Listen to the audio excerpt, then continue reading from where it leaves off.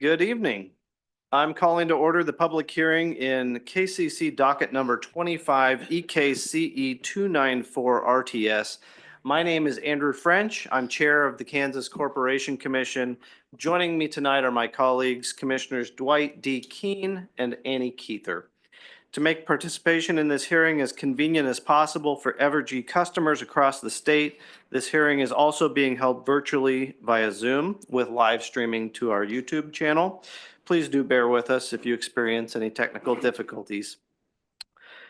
In this proceeding, Evergy Kansas Central, according to its application, is seeking to increase its annual rates by $196.4 million, which would be an increase of 8.62% overall, and that would be a slightly over $13 on a typical residential monthly bill if it were granted as proposed. This evening, we will have a program that's going to operate in two parts. First, you will hear brief presentations explaining the company's proposal from representatives of Evergy. You will also hear presentations from the Citizens Utility Ratepayer Board, or CURB, and the staff of the Kansas Corporation Commission. Then following all those presentations, those three presentations, you will have an opportunity to ask questions, and then later you will have an opportunity to make comments on the record. And that will be part two. So I do want to emphasize that part one will have presentations and then an opportunity for Q&A. That's not the public comment period. That's an opportunity to ask questions. Then we will take a break and then we will begin the public comment period. So with that, our first presenter is Darren Ives, Vice President, Regulatory Affairs for Evergy, and Ron Clote, Senior Director of Regulatory Affairs for Evergy.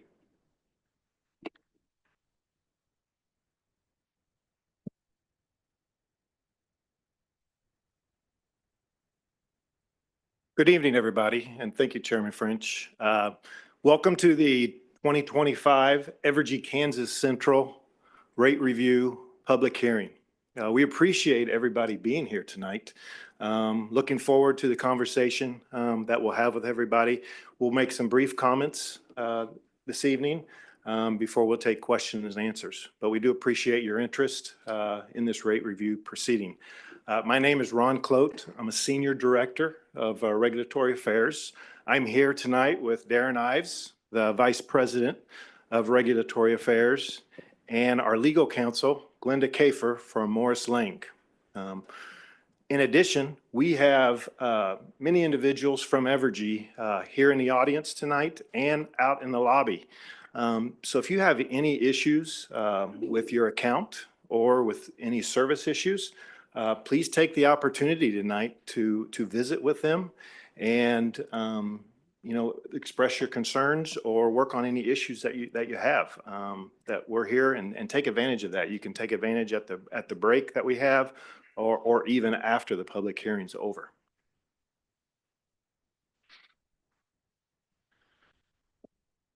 First, let's discuss the territory that the rate review covers.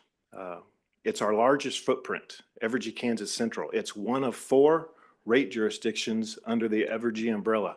We have 2 in Missouri and 2 in Kansas. And there's about 735,000 customers that are included in the territory. We have over 600,000 distribution poles. We have over 200,000 transformers. So significant amount of equipment that runs all the way up to the Nebraska border, all the way south to the Oklahoma border, and over east to the Kansas City metropolitan area, but it does not include the Kansas City metropolitan area. And just a brief comment on some core tenets that we have at Evergy. We are constantly attempting to balance our sustainability, reliability, and affordability tenets. We focus tremendous amount of effort to keep these in balance. Tonight, and this rate review that we filed, we're going to talk a little bit about reliability and affordability. It's important to us and to you that Evergy is reliable and it provides reliable service to our customers. In addition, we attempt to keep it as affordability as a prime tenet that we have. There's nobody in this room that wants to have a rate increase. You don't want a rate increase as a customer. We don't want a rate increase as a company. But we are operating in an increasing cost environment, just like you in individual goods and services.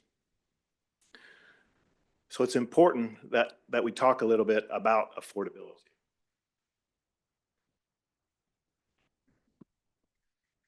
Since 2017, as this chart shows, Evergy Kansas Central's rates have increased approximately 7.2%. That's approximately 1% per year. There's not a lot of goods and services that we purchase these days that have only increased about 1% per year. In addition, over that time, when you look at our regional peers, rates have increased about 18% across those territories. The consumer price index has increased about 27%. So Evergy's Kansas Central rates have about a fourth of what the consumer price index has done. In addition, when we talk about affordability, we take very seriously and do a lot to help our vulnerable customers. In 2024, our customers' outreach teams met face-to-face with over 45,000 Evergy Kansas customers, helping secure millions in bill support for them. With this outreach, we provide resources to help lower their usage and connect them to the resources available. We also have our own funded Evergy Bill Assistant Program that we provide emergency support when federal funds are not available. In addition, included in this case, we have a pilot program that we've proposed. It's called Evergy Stay Connected, and it's to address our affordability concerns. It's a 3-year pilot program which provides bill credits similar to a program that we have on the Missouri side. It's a proactive program in order to keep people connected and stay connected to our system and help them with assistance with their bill. So what are we asking? As Chairman French alluded at the beginning, our rate review requests $196 million, which is approximately 8.62% across all customer classes. Half of that increase includes investments that we have already made in our distribution system and generation system. In addition, the other half of that request deals with our operation and maintenance expense true-ups and our cost of capital that's used to fund the investments to make our systems more reliable. So for the typical residential customer, that's about an increase of about $13.05 a month. This process, the rate review process that we are in, I believe staff will have some more comments on that later, but it lasts about 8 months. We made the filing back in January. The request is reviewed, intervening parties provide their comments, a decision is made, and then any rate change would go effective in September of this year.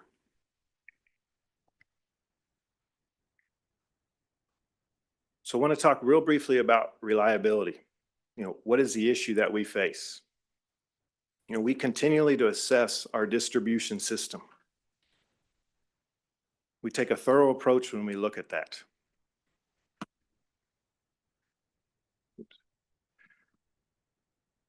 When we assess our system, our distribution system has about an average age of 45 years. About a fourth of our system right now is over that 45-year mark. In addition, another 1/3 is between the 30 and 40-year mark, approaching that 45 years. And as you can see with the graph that's on the right, as our system age, that failure rate can increase. So what happens when that failure rate increases? Reliability can go down. That impacts you as a customer. So we must continue to try to improve our grid, harden our grid, and modernize our grid. So we're focused on reliability. Some of the projects that are included in this rate review application.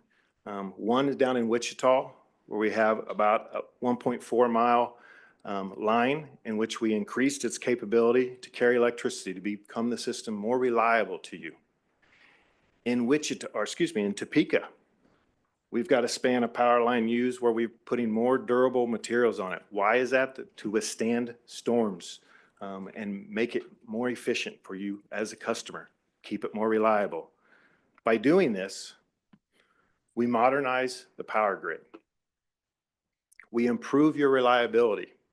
That enhances customer service.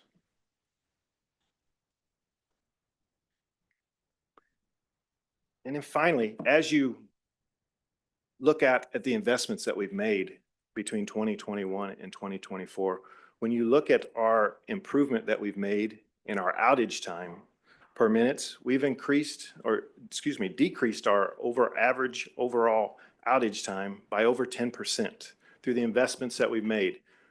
That trend is in the right direction by modernizing the grid, improving that reliability. That's what this case is about. We talked about it. Half of those, the increase that we talk about is those investments that we've made.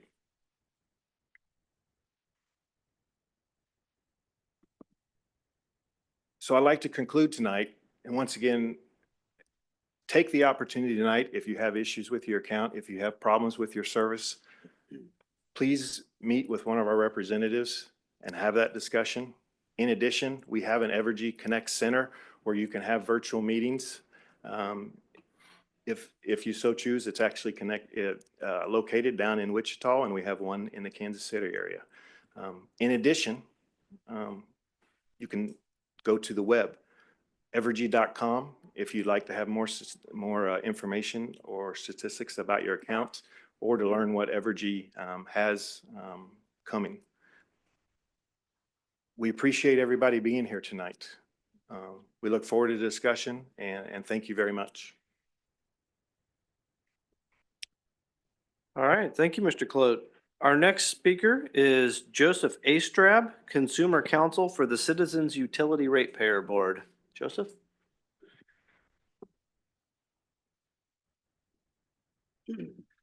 Hello and good evening, everyone. My name is Joseph Astrab, and I am the Consumer Counsel for the Citizens Utility Ratepayer Board, otherwise known as CURB. CURB is the government agency tasked with representing the interest of residential and small commercial ratepayers here in Kansas before the Kansas Corporation Commission. I want to extend my gratitude from our agency to all of you that are here tonight, taking time out of your busy lives to be here to not only learn, but also to contribute to the record of this important docket. Every day we see prices going up and up and up in every aspect of our lives. And so it's important that, at least in one part of it, something like utilities, you're able to interact with the people who set those rules and let us know about what your struggles look like every day.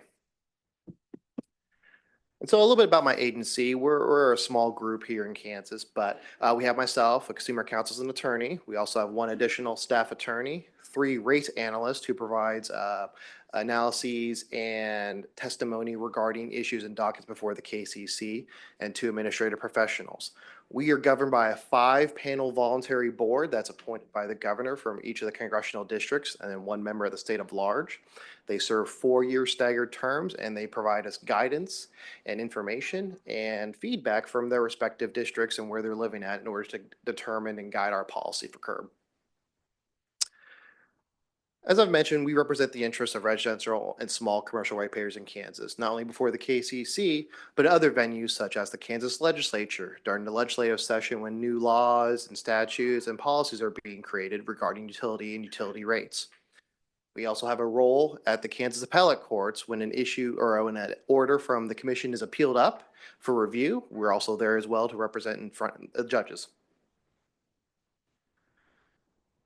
And so generally, if you're unfamiliar with how rates are determined in Kansas, the process we use here is through a rate case where an application is filed that spells out exactly what the company's request is and what goes into that number.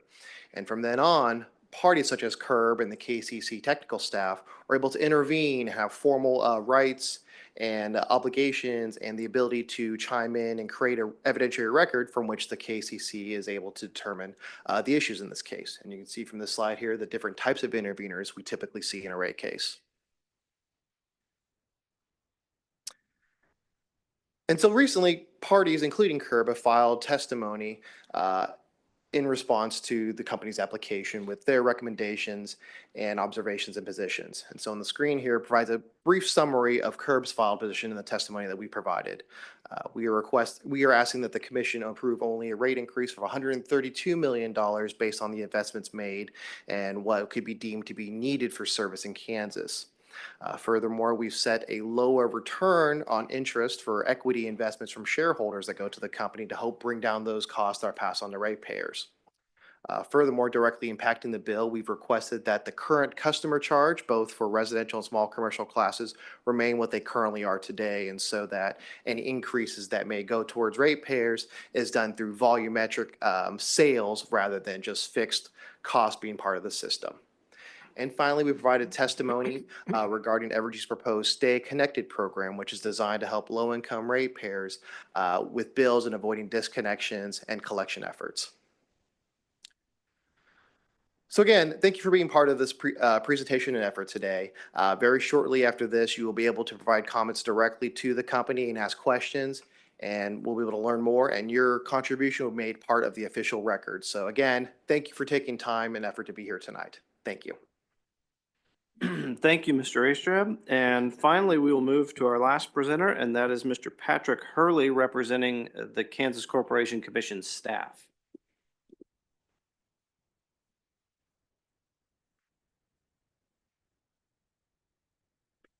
Good evening. We appreciate you coming out here and being with us tonight.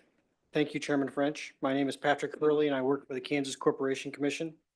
As Chief Litigation Counsel, we represent the KCC staff. I'm here tonight to provide a high-level overview of the commission, how it operates, as well as explain how staff analyze Evergy's rate increase application under the law, and I'll also review important dates and other information.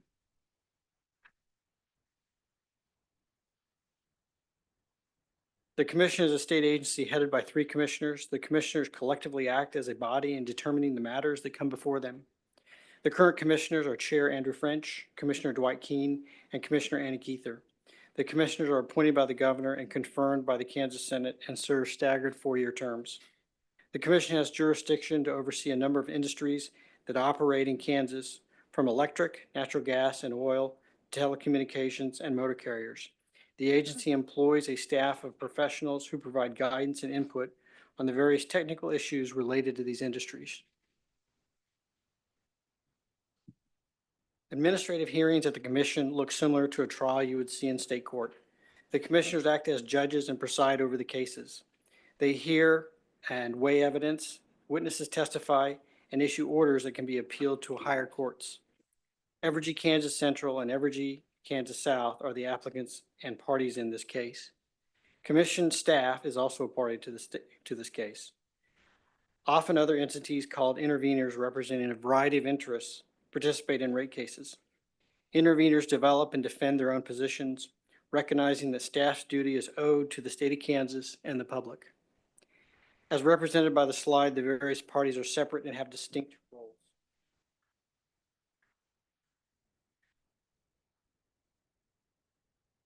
Commission staff are dedicated state of Kansas employees that have a tremendous amount of education, professional knowledge, and advanced training in technical fields such as accounting, economics, engineering, and complex financial analysis. As the staff's attorney in this proceeding, we will advocate for their expertise, their neutral fact-focused analysis, and their opinion of whether Evergy's request for a rate increase is reasonable. During the proceeding before the commission, staff's main goal is promoting the public interest of the state of Kansas as a whole. Staff weighs numerous competing interests as well as developed its own positions that it believes is best for all stakeholders involved, including ratepayers and the utility.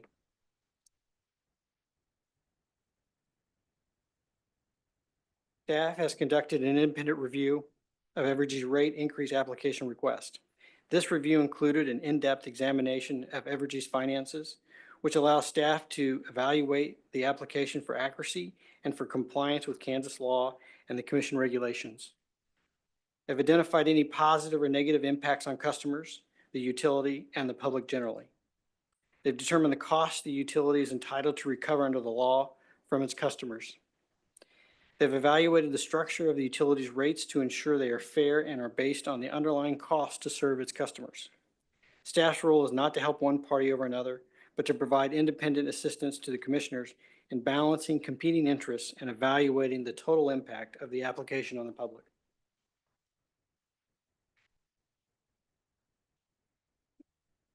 Here's a little bit of information on staff's testimony and how you can locate it on the website and take a look and read the written testimony that staff has filed in this case. Feel free to take a photo if you want. Over the last several months, staff has been working on this case, devoting most of their days, nights, and weekends analyzing Evergy's application. Staff has filed a comprehensive analysis of our position in the form of testimony on June 6th. You can access staff's testimony by going to the website, see the Commission Activity tab, the Docket Filings tab, and enter the docket number.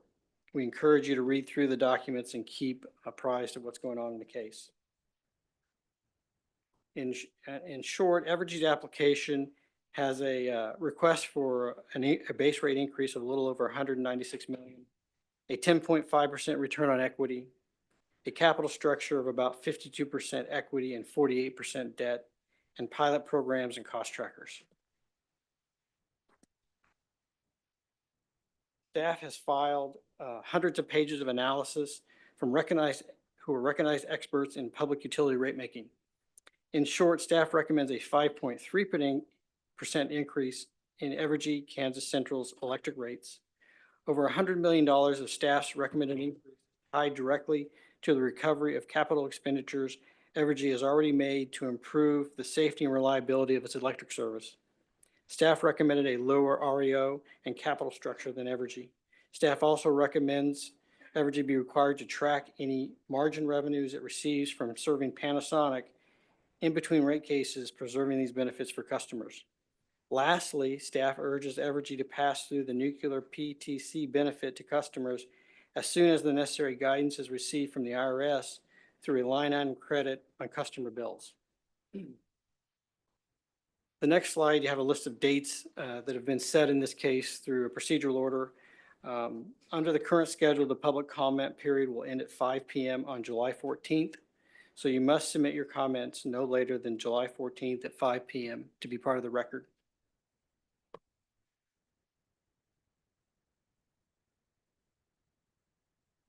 We want to leave you with a little information on how you can submit a public comment in the case and follow it on our website. First, you can make a comment here tonight following these presentations. Second, you can make a comment through the website and you go to the Opinion Matters tab. Scroll down to the section titled Public Hearing on Evergy Rate Case Increase Request. And underneath the section, there's a link at which you can submit a written comment.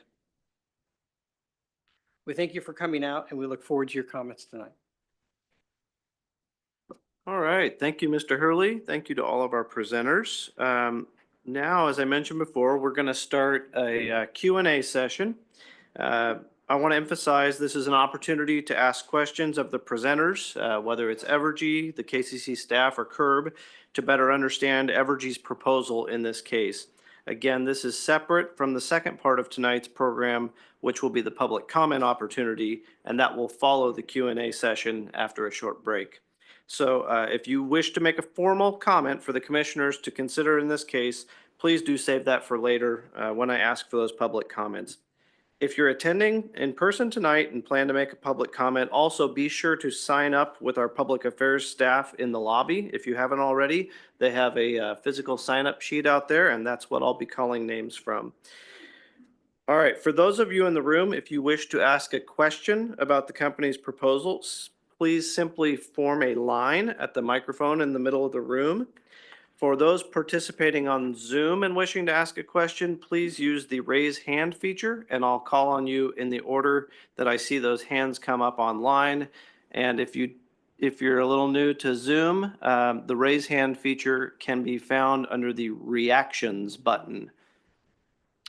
So we will alternate as much as possible from Zoom to those here in person in the room, and hopefully we can get a lot of questions answered. My goal would be to move through Q&A and to be taking a break right around 7 o'clock. So with that, we will start the question and answer session. And as you come forward to the podium or as you unmute off of Zoom, please just state your name to introduce yourself and then state your question. So we'll start here in the room with the first person in line.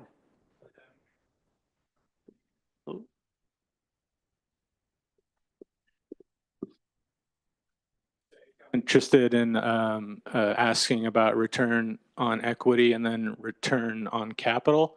I saw from Curb that they're suggesting a 9.5 increase for return on equity, and I saw from the commission they're suggesting a 9.7 increase on equity, and then a 7 point something increase on capital. Can you It's 7.01 on our side on a weighted average cost of capital. Okay. Okay.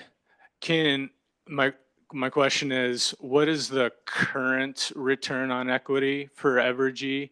And then what does a 10.5 increase, how much of that 196 million does your 10.5% increase constitute?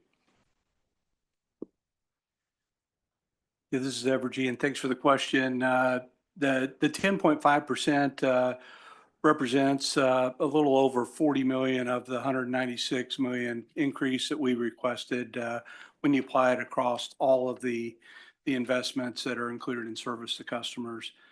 Trying to remember what was the first question. Oh, our current filing. Our current filing was a settlement amongst the parties, but so we probably all have a little bit different perspective on that, but I would say the range was somewhere from like 9.3 to 9.7 or 9.8, depending on your party's position in that settlement.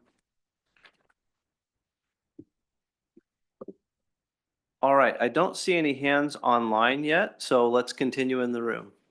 Just please introduce yourself before your question.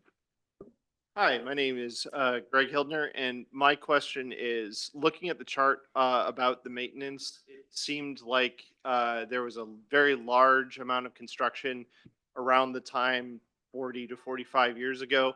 What plans does Evergy have in order to mitigate a future issue like this where there's a known amount of maintenance that will need to be done so that a future rate increase isn't demanded to make sure that proper maintenance is being done on the system to ensure reliability?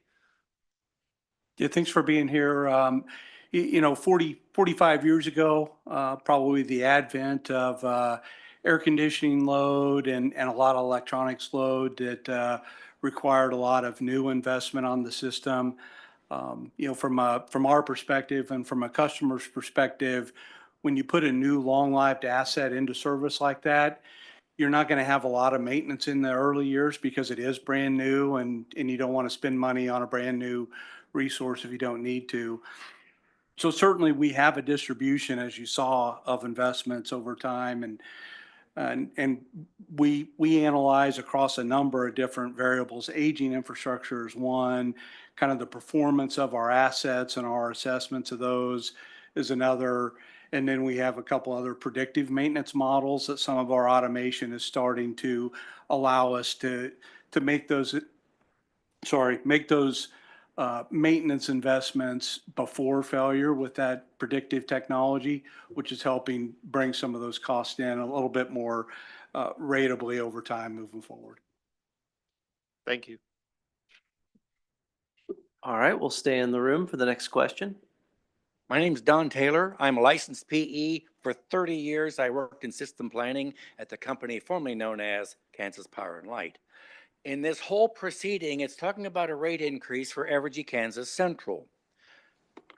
Commission staff made it abundantly clear there is Evergy Kansas Central, there is Evergy Kansas South. So is this going to be a single unified rate increase?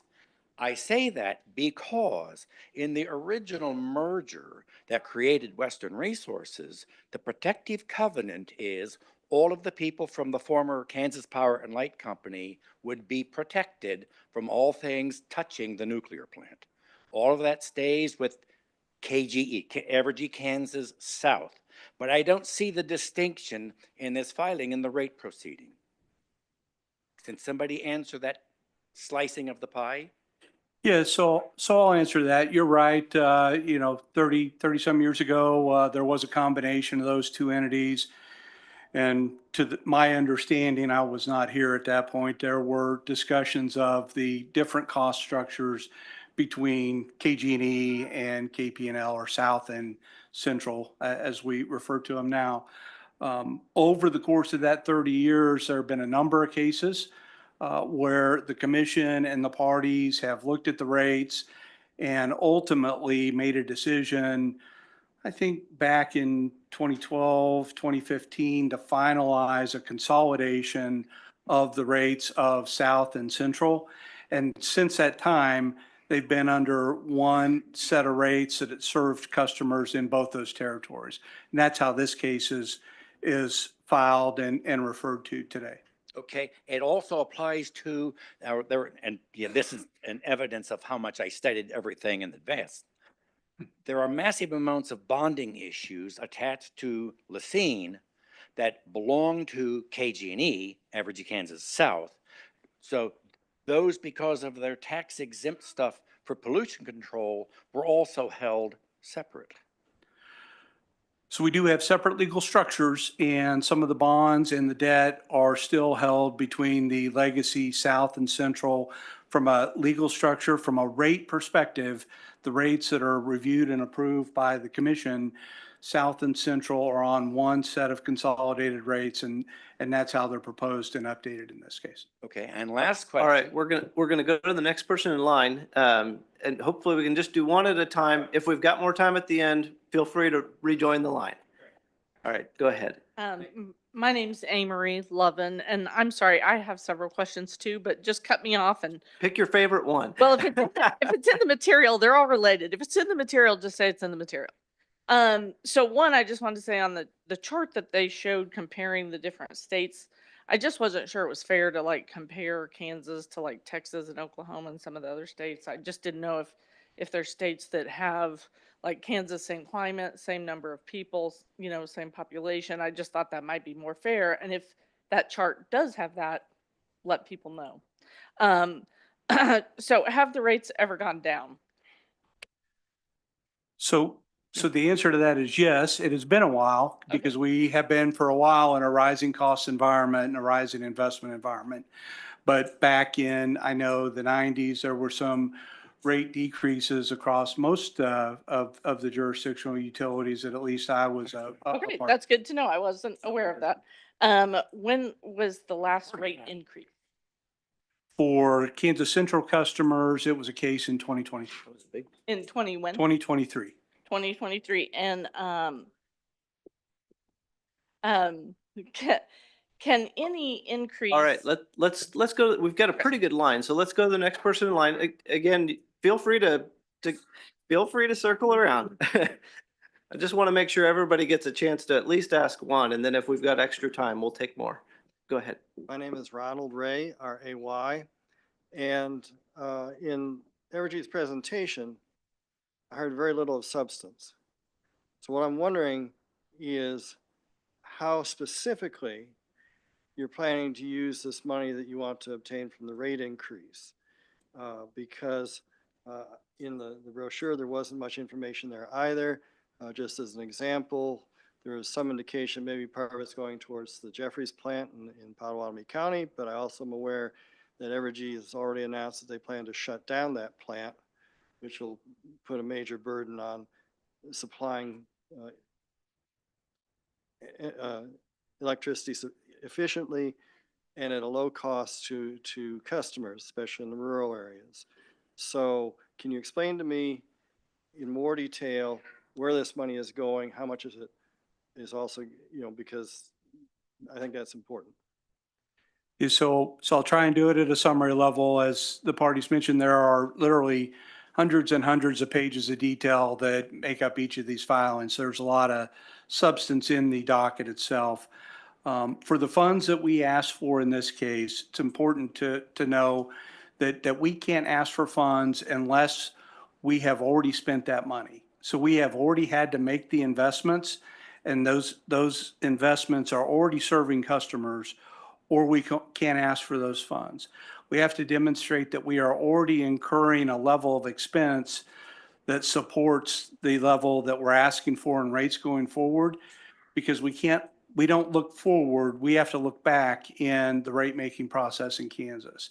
So about half, as Mr. Clote stated, about half of the funds in this case are for new investments since the last rate request, where we made investments and have put them in service for customers on distribution wires and on computer systems and on automated technologies to make the grid more resilient.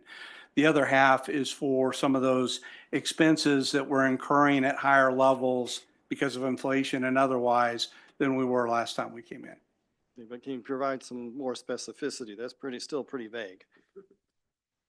It is every cost that we incur to serve customers. It's labor cost, it's the cost of steel, it's the cost of inventory, it's the actual physical investments in poles and wires and generation. It covers the totality of our system.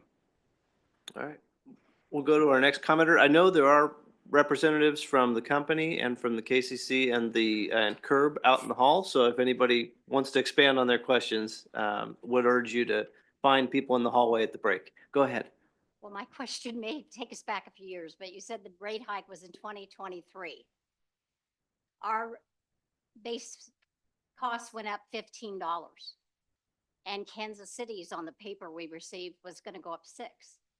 So I can't understand that. But now tonight I see Kansas City is no longer included in this. Can you explain that to me, and why ours is going to go up another 13? And yet this time we can't see what Kansas City is going to get, but it makes it look, why would we pay more than Kansas City? So a couple things to keep in mind. Thanks for the question.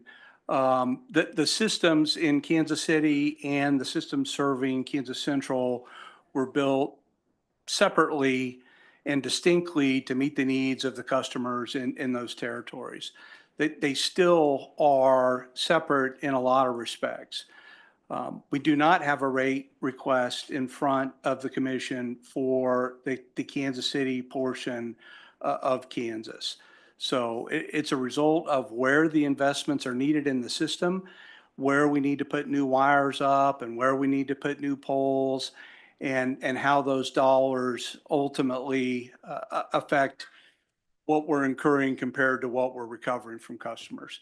So it's difficult to understand, but they have been built separately for, probably 100 years, and they still operate on different timelines. So our requests are differently. Years ago. We merged in 18, but they are still separate in unique jurisdictions from a commission perspective. Can you understand the confusion why we had that right in front of us 2 years ago, and now all of a sudden it's gone? I absolutely understand the difference, yes. All right, go ahead. Hello, my name is Brant Burks, and sorry for the child in my hands.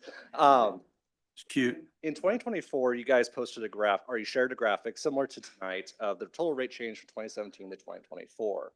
In that graphic, Evergy, Kansas was a 1% increase over that time, and Evergy, Missouri is 2.8. In the graphic tonight, going to 24 to 25, that's now 10 and 7%. Is it staying true that just in the last year alone, we've already had a 6-7% increase? It's a little bit deceiving, but at the highest level, that's true. And it's because there are other things besides the base rate requests that are in the rates. We have a transmission delivery charge, we have a fuel adjustment clause, and those are separate line items on your bill. Mm-hmm.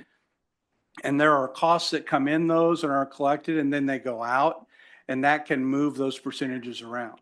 I think the point of all that is all those other utilities in that list have those same types of mechanisms. And we're still well under half of the increase of all the surrounding state utilities, and still at a quarter of what the rate of inflation has been over that time frame. And then just one quick follow-up, was North Dakota included on this one? Because on 2024 was a negative 10% drop. Yeah, North Dakota is on there. Okay, perfect. Thank you. All right, next in the room. Hi, this is Harrison. It's great to see everyone again from the other rate increases. So, quick question that I have for Evergy. How much money do you spend yearly on lobbying the state of Kansas every year? From a amount of money that is collected from customers in the state of Kansas, So, it would be all collected from customers to go back into lobby. So, overall, how much money do you spend lobbying the state of Kansas? from the amount of money collected from customers in the state of Kansas, none. Okay, that's not true, sir. That is true. Our So, shareholders you cover spend lobbying. zero money lobbying. No, our shareholders are responsible for any lobbying expenses, Okay. not So, customers. you're unable to answer that question. I think I just answered it. Next in the room. Good evening. Zach Pastora from Sierra Club. Good to see everyone. Two-part question, if I may. One's a gimme. Is Evergy required to ask for a rate increase? And second, are rate increases considered with the other rate applications before the commission? So if there's a forecasted rate increase on a different application, is that considered in full with the application before us tonight? Thank you. So I'll answer the first one. As part of our right and obligation to serve in the state of Kansas, anytime we want to increase a rate, we have to come in front of the KCC and get approval to do so. I might let the staff answer the second question. Sure. Good evening. This is Justin Grady. I'm the Director of Utilities. Zach, good to see you again. Absolutely, it's within the commission's right to consider when there are other applications pending. You might be referring to the predetermination proceeding, which is currently pending before the commission. It's an open docket.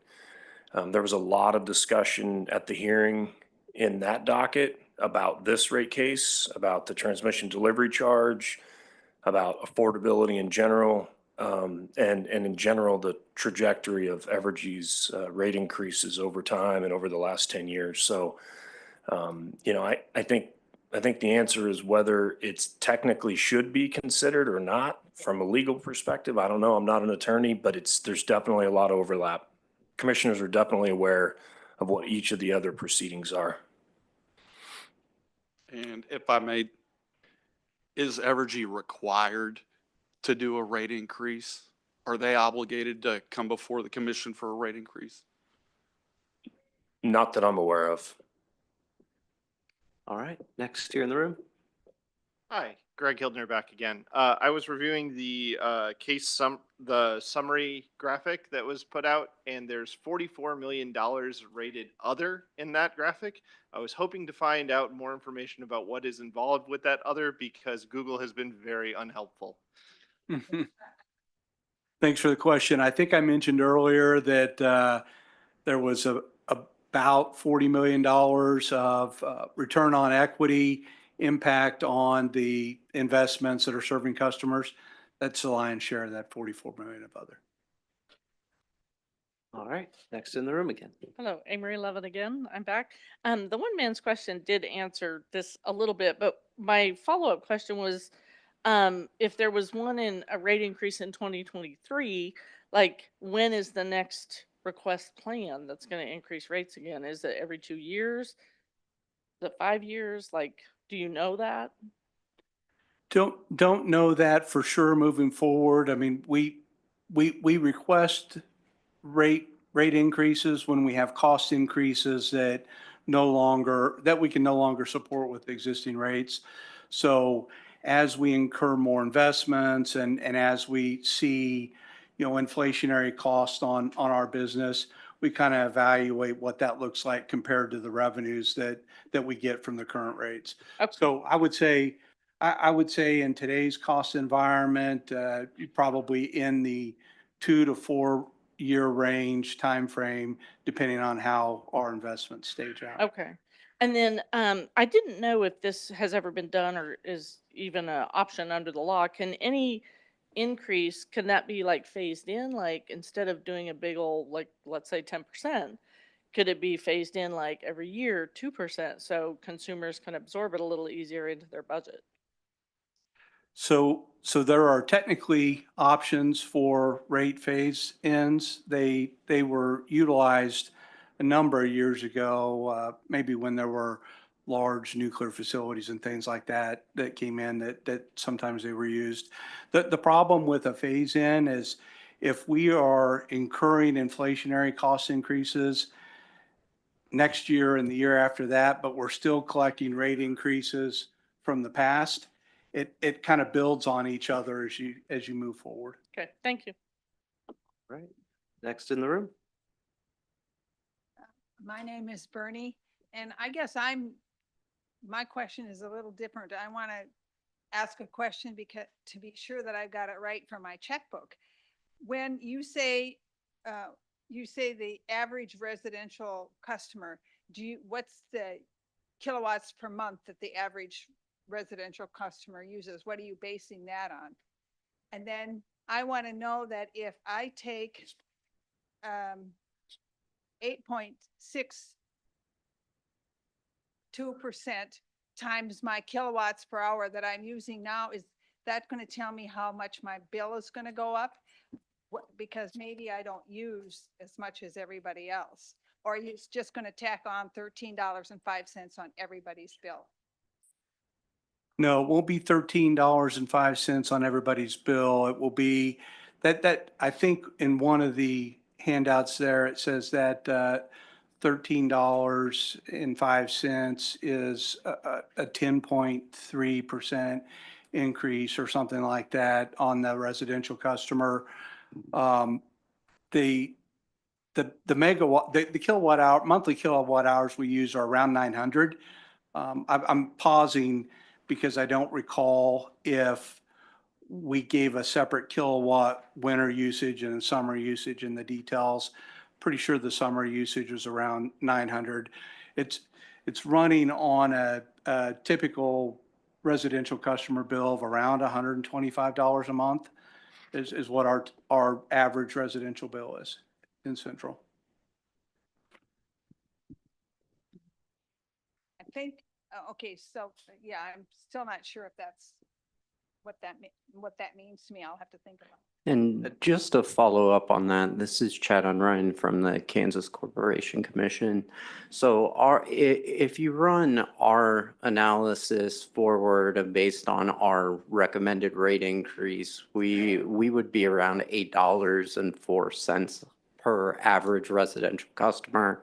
And that would be based on the 900 kWh per month that calculation would be supported. Thanks.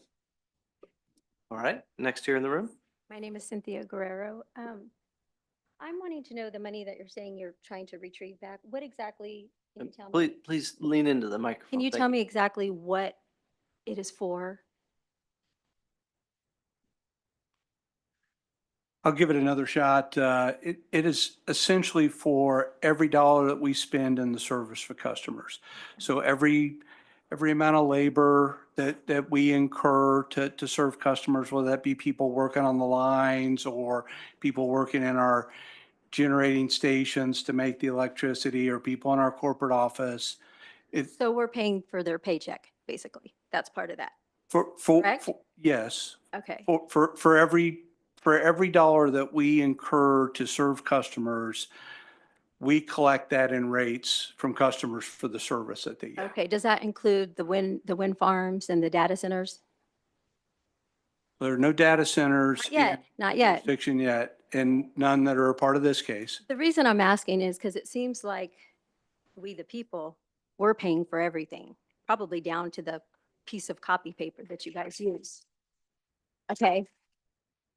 And I haven't seen Evergy bring forth anything. You keep talking about investments. I don't own that investment. And it's my understanding you guys got a 30-year tax exempt where you don't have to pay taxes, but yet you're retrieving on that. I'm paying your guys' taxes. So technically I should own that infrastructure. So, I'm trying to figure out, I hear you guys and you're talking in circles, but you're not telling us what I know that you are doing, the corruption and the fraud. All right. Next question in the room. Hello again. Hello? I'll make this one a short one. On one of the other graphics, talking about graphics tonight, the reliability graphic had no numbers whatsoever on it. So it has no point of reference on when it becomes a lot more unsustainable. So is there a version of that graphic that kind of shows at what age it truly does start to spike up versus just a useless graphic? Well, every piece of equipment's different. That's why you wouldn't have a specific number across of a wide range of equipment like we have to serve customers. But the trajectory is always true. When you move closer to the economic life of the assets, and in that chart, we were talking about distribution poles specifically in their 45-year life. As you get closer to that, the failure rate starts to move up exponentially. It varies by asset, by pole, but the trajectory holds true. That's why we show the trajectory and don't try and give any single number that wouldn't be predictive of the next asset. Well, is there a data version of that graphic available for public? There's not a data version that sets under that curve. That's an illustrative of the trajectories. All right, we're gonna stay in the room. I do want to just tell everybody it is 6:52, so we'll go until 7 o'clock. So we've got 8 more minutes just for everybody's planning purposes. So go ahead. Hi, Don Taylor again. One of the things in the president's shareholder letter of 2024 was talking about bidding capital expenditures for facilities that are, and this is the word, obsolete. What is the technical definition when something goes obsolete? Because in a wires business, that's not a thing. What is the basis of something being obsolete? I'm not sure the context of the phrase in the chairman's letter, but one thing that is easily discernible in our business as obsolete is IT equipment and IT software packages, which they actually run their course and they hit a point where they aren't supported, and when they fail, you can't get a replacement for them unless you upgrade to the new version. Well, my question is specifically, there is a really big void in itemizing all of the transmission expenditures that are involved in this whole proceeding. And that raises a lot of red flags. I guess the only thing I would say is there are no transmission expenditures in this request because they're in the transmission delivery charge. But if you're talking about distribution and wires, there's a lot more detail in the file docket itself than what we can talk to over the course of this So- discussion. Let's keep moving. I see a couple new faces that I'm hoping we can get to. So let's keep I'll going stand with aside. questions. I mean, I'll wait. Sure. Okay. Maybe the couple gentlemen that haven't asked questions yet, let's move them up and then everybody can, if we can get everybody else in, we'll try. Go ahead. Robert Hogan, veteran landowner. And I have a question about the reliability and wondering what Evergy has done to harden the grid against EMPs or EMFs. Yeah, thanks for the question. I would say generally, as we upgrade our investments, they are more resilient and they're built primarily to be more resilient to a lot of the weather impacts we have in the state. When you move to an EMP, we certainly have some technology protections on some of the core backbone technology of our system. But at this stage, putting an EMP protection out on a substation or a system is, we've found to be so cost prohibitive at this point, we don't have a solution at that level yet. It was from a Legion magazine, and it said that it would take probably 2 years just to replace transformers because they're made in another country, not even here. So, if you're not stockpiling and getting ready, where is the reliability overall? All right, next. Kenny Graham out of Osage County, a landowner. I spent 4 decades working for a pipeline company doing maintenance.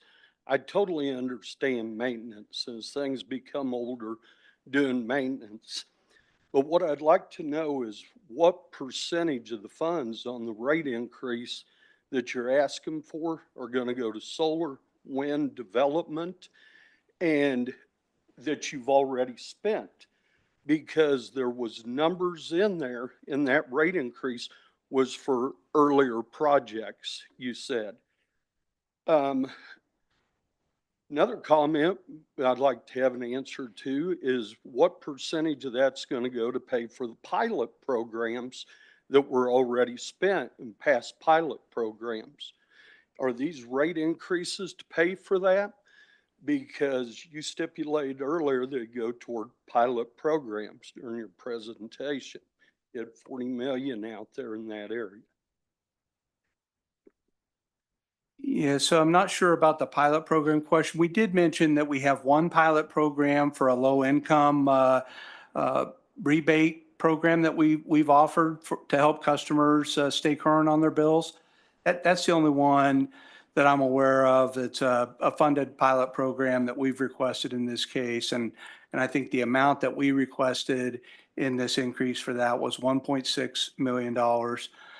I did mention a $40 million number to your point. That was what the return on equity request from us was, to increase the return on equity on existing assets from what it was in the last case. So when you made $890+ million as a record profit last year, you're asking the payers, your utility payers, to pay another 40 million on that equity, on your return on equity, is what you're saying. We are asking for what we believe to be a market return on equity so that we can continue to get funds from investors moving. I'd like to Yes. have 9% return on equity on everything that I have and be able to ask for another increase. Thank you. All right, we'll keep going here in the room. We've got 2 more minutes. Okay. Yeah, this question really, I think, is for KCC staff. You said part of your presentation that you reviewed the company's financials. And does that include CEO salaries, executive salaries, board, dividends paid, all that kind of thing? No, we do a complete analysis of both salaries, executive comp. In there. Was Yeah. that in the list of things on the docket that we It looked is. at? It is.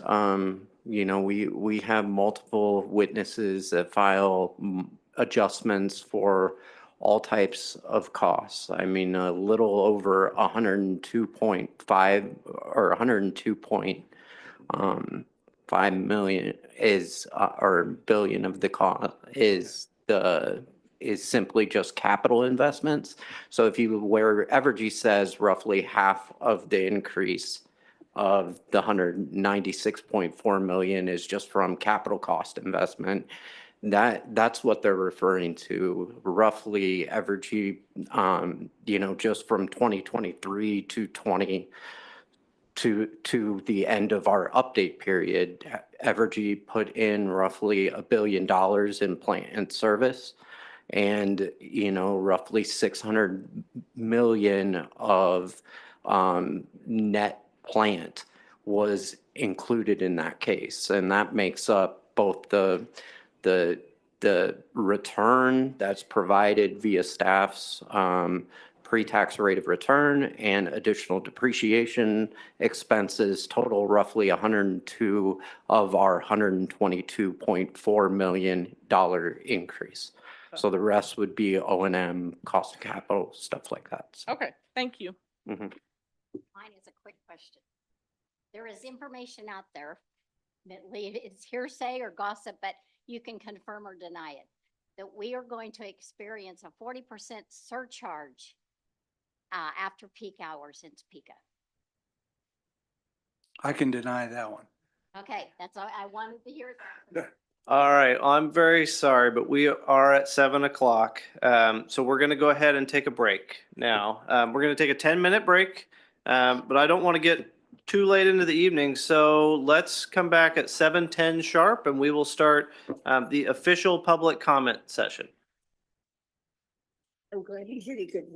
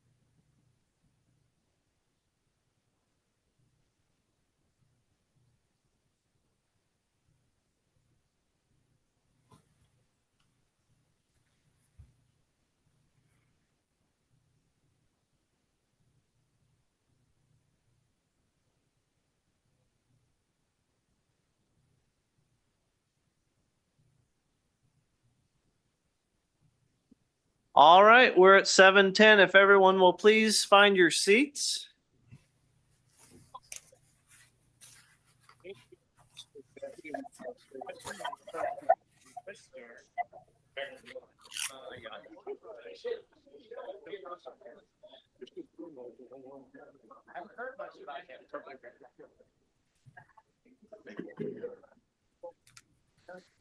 All right. For anyone out in the hallway, we are beginning now.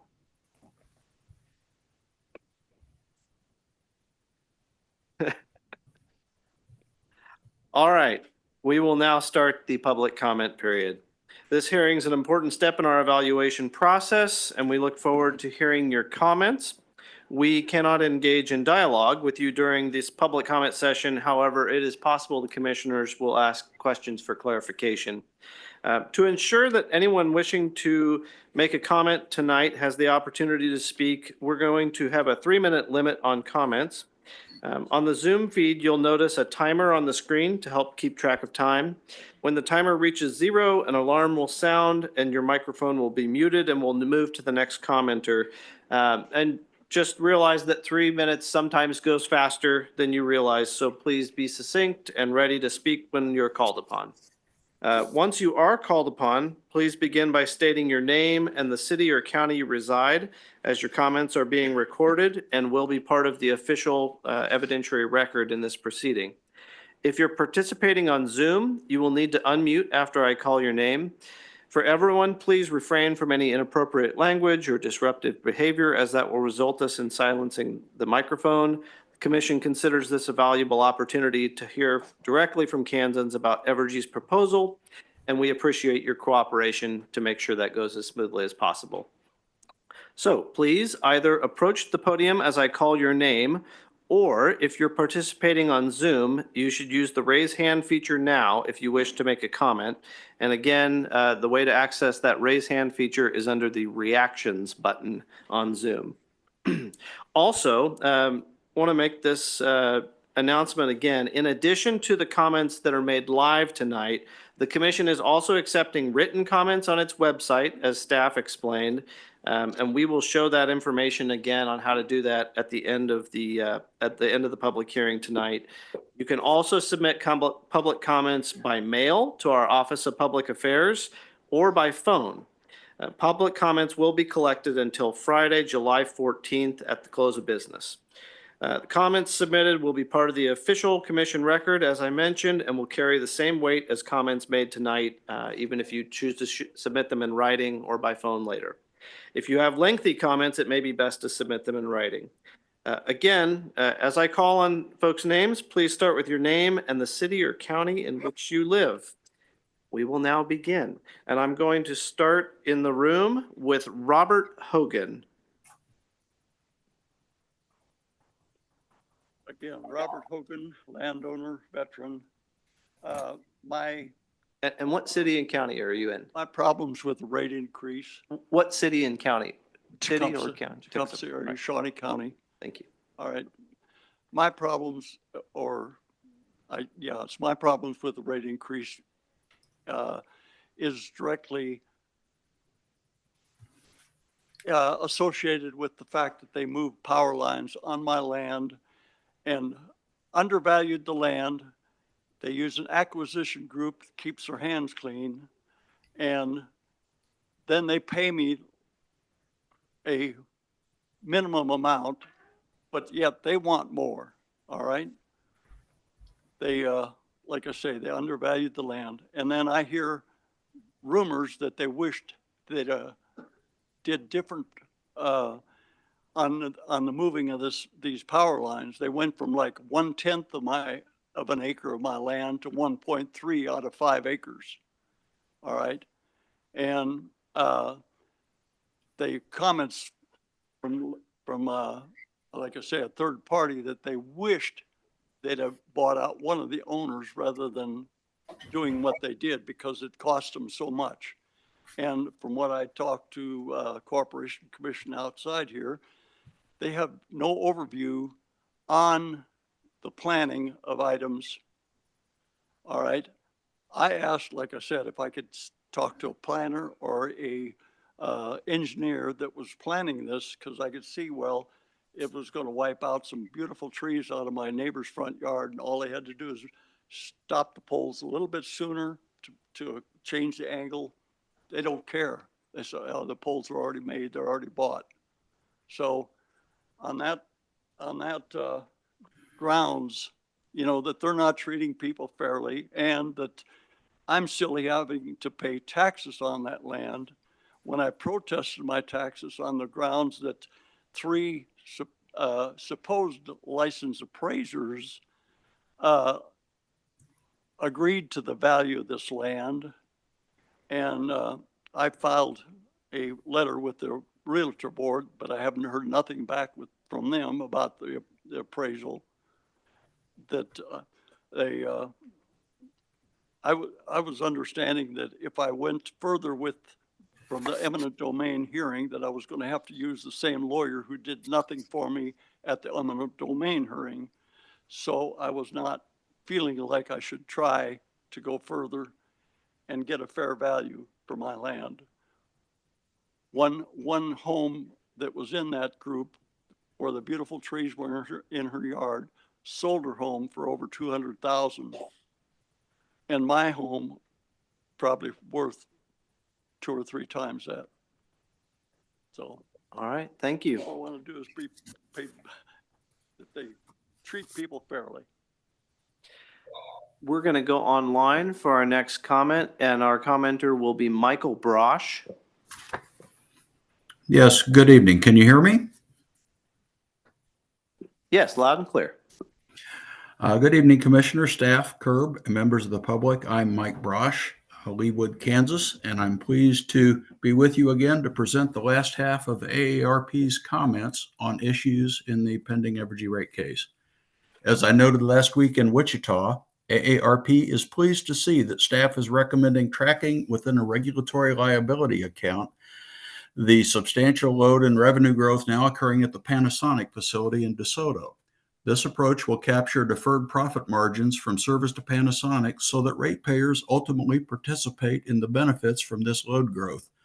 On a related point, Evergy has noted in its first quarter 2025 earnings call presentation that the company has a massive economic development pipeline where it is actively pursuing and securing new potential data centers and other loads that could increase total peak demands by more than 50% across Kansas and Missouri. Much of this special contract load growth would occur between Evergy rate cases. Therefore, the same form of regulatory liability accounting staff is now recommending for Panasonic should also be required by the Commission for these other forms of large industrial special contract load growth occurring between rate cases. This is necessary to ensure that these other new margin revenues between rate cases do not solely benefit Evergy shareholders. At the same time, customers are made to pay for CWIP and rate base and PISA accounting to help serve these same new loads. In its filed comments, AARP expressed concern with the company's proposed rate-making capital structure, including an excessive 52% equity ratio and substantial proposed increases in the allowed return on equity. Fortunately, both staff and Curb's witnesses recommend inclusion of some parent company debt, yielding a more balanced industry standard and less costly equity ratio for use in determining Evergy's revenue requirements. Staff and Curb are also appropriately recommending no significant increase in the ROE allowed for shareholders. One place where staff and Curb should invest more time is in the analysis of Kansas weather trends. Kansas weather is warming, just like the rest of the country, as shown clearly in the graphics presented in AARP's written comments. It is time to abandon the staff's obsolete 30-year averaging that largely ignores these weather trends. It is essential that the Commission now recognize that Evergy is selling a lot more energy for air conditioning loads in the hotter summer when normalizing sales and revenues in rate cases. Finally, I suggest that Curb's recommendations for the Stay Connected program be given favorable consideration by the Commission. Additionally, AARP asserts that the cost for Stay Connected be absorbed by the company's shareholders during the pilot period rather than ratepayers. Thank you for the opportunity to participate in this important rate case. All right, thank you, Mr. Brosh. Next, we're going to go to the room, and I apologize if I get your name wrong here. Russell Plashka?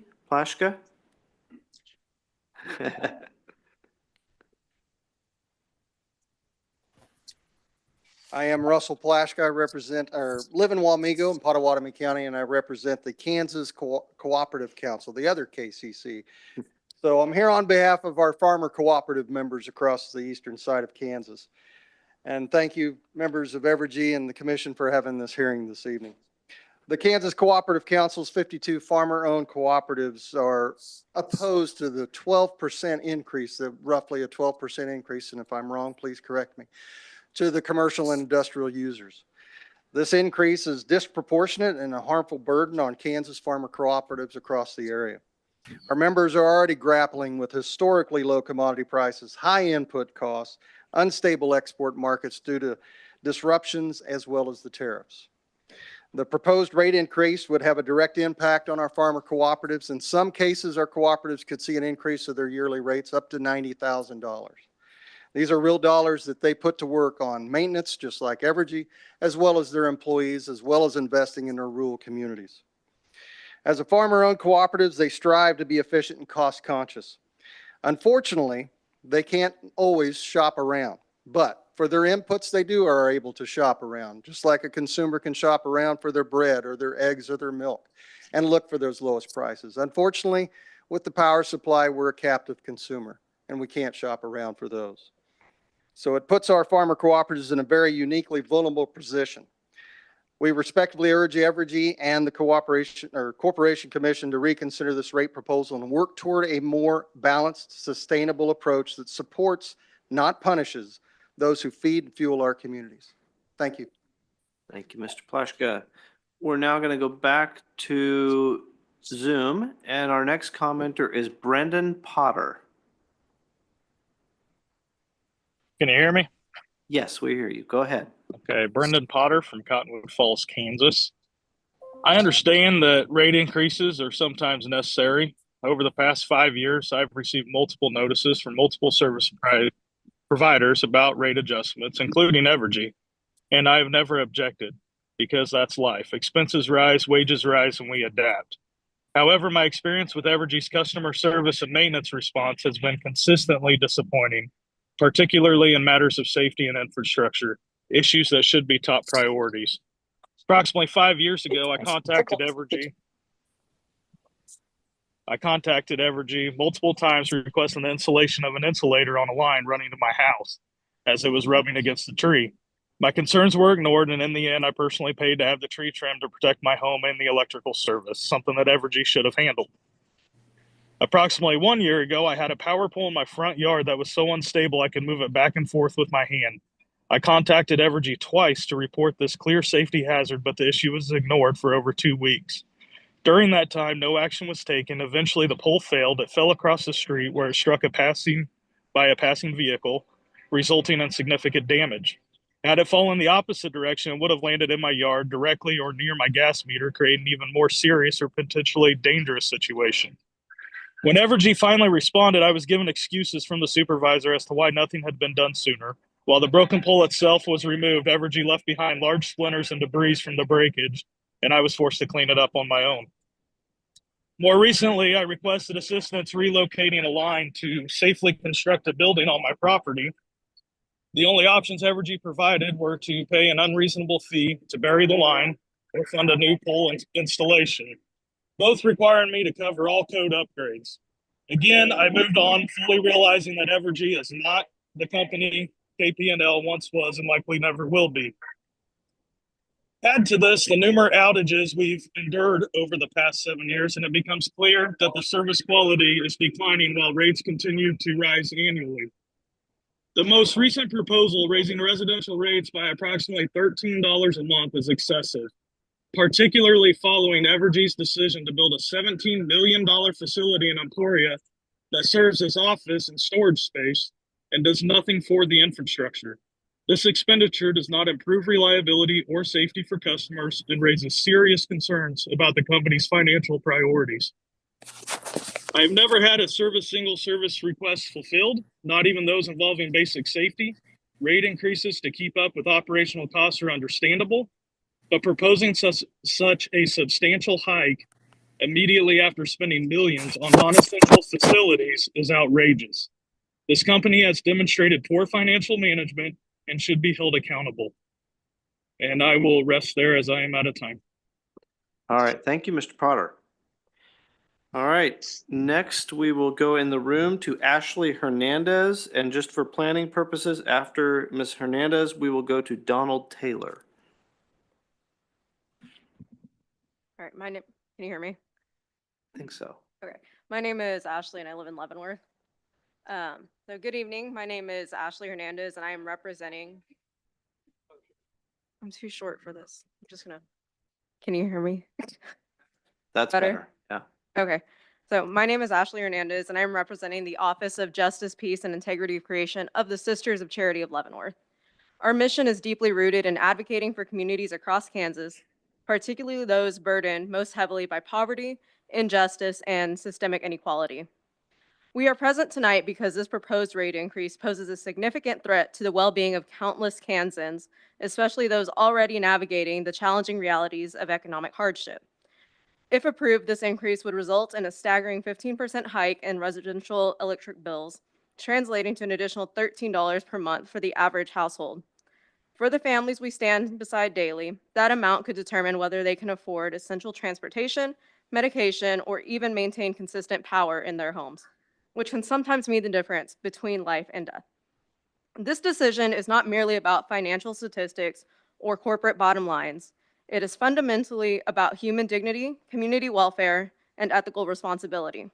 It's about Kansas residents, our neighbors, and fellow community members who are already struggling paycheck to paycheck. Now they're being asked to bear the brunt of $1 billion infrastructure investment, costs Evergy has already incurred and is now seeking to recover directly from ratepayers. Public utilities, by their very nature, exist to serve the public good and to ensure reliable and affordable access to basic services. They are not vehicles designed primarily to extract profit from those who have no alternative choice. Evergy operates as a regulated monopoly, and with that privilege comes a responsibility to share risk equitably, not socialize losses while privatizing gains. Unfortunately, this proposed rate increase represents precisely that unjust scenario. We fully support responsible investment in infrastructure, reliable service delivery, and a commitment to sustainable energy practices. However, these critical objectives should never be achieved by disproportionately burdening Kansas families already stretched thin. Moreover, approving Evergy's excessive requests would set a troubling precedent. It would send a clear message that prioritizes corporate returns and shareholder profits that can supersede the essential needs of everyday Kansans. Such a precedent would not only impact our state, but also influence future regulatory decisions nationwide, jeopardizing communities already facing the escalating pressures of inflation and stagnant wages. Affordable and reliable electricity is not a privilege reserved for those who can comfortably pay it. It is a fundamental human right. We ask you to uphold our duty to protect all Kansans rather than prioritizing the financial interests of Evergy and its shareholders. Thank you for your thoughtful consideration. All right, thank you, Ms. Hernandez.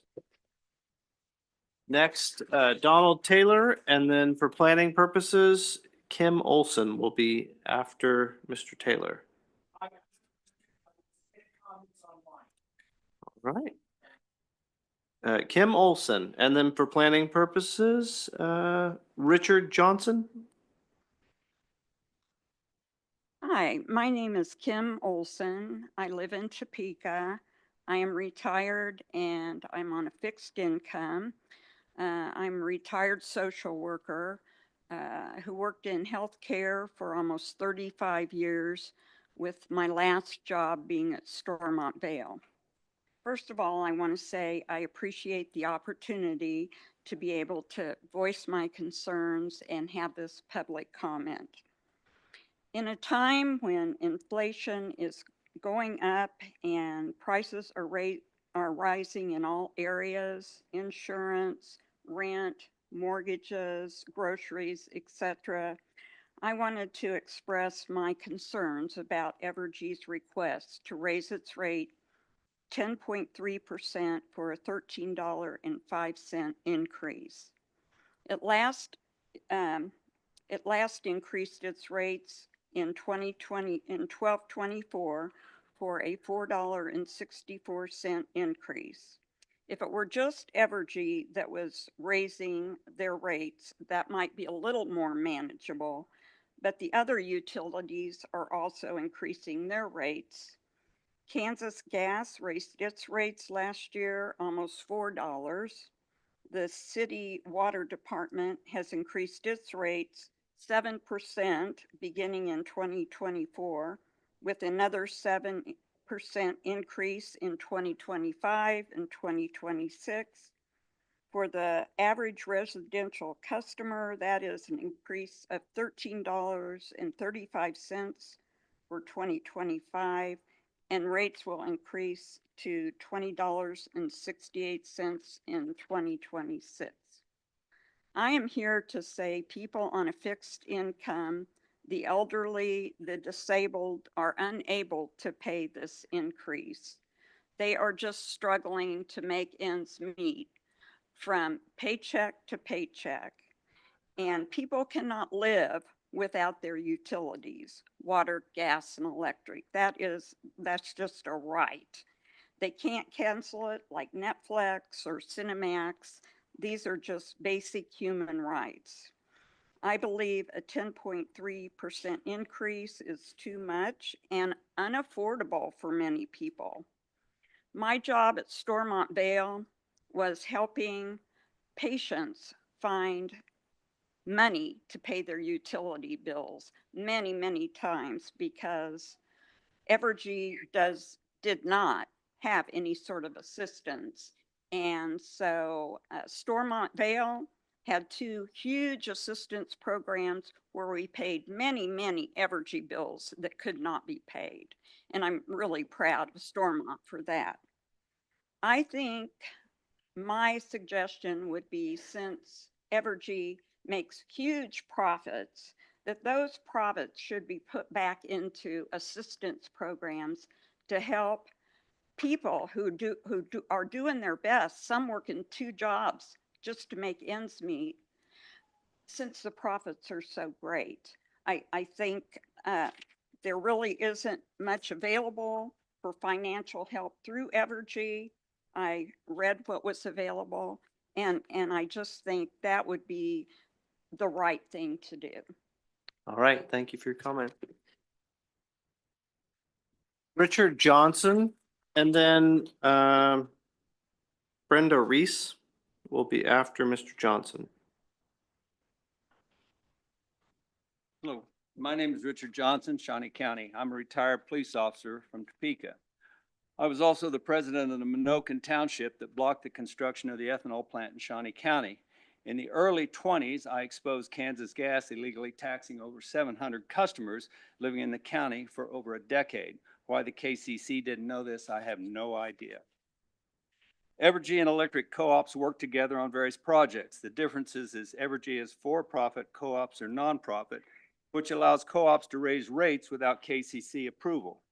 There are 26 co-ops in Kansas, all with CEOs and salaries that range from $150,000 up to the millions. I look for patterns. Evergy requested $13 rate hike. In 2023, they asked for a $14 increase. They only got $4.64. Prior to the 2023 approval, Free State Electric Co-op raised their rates $10.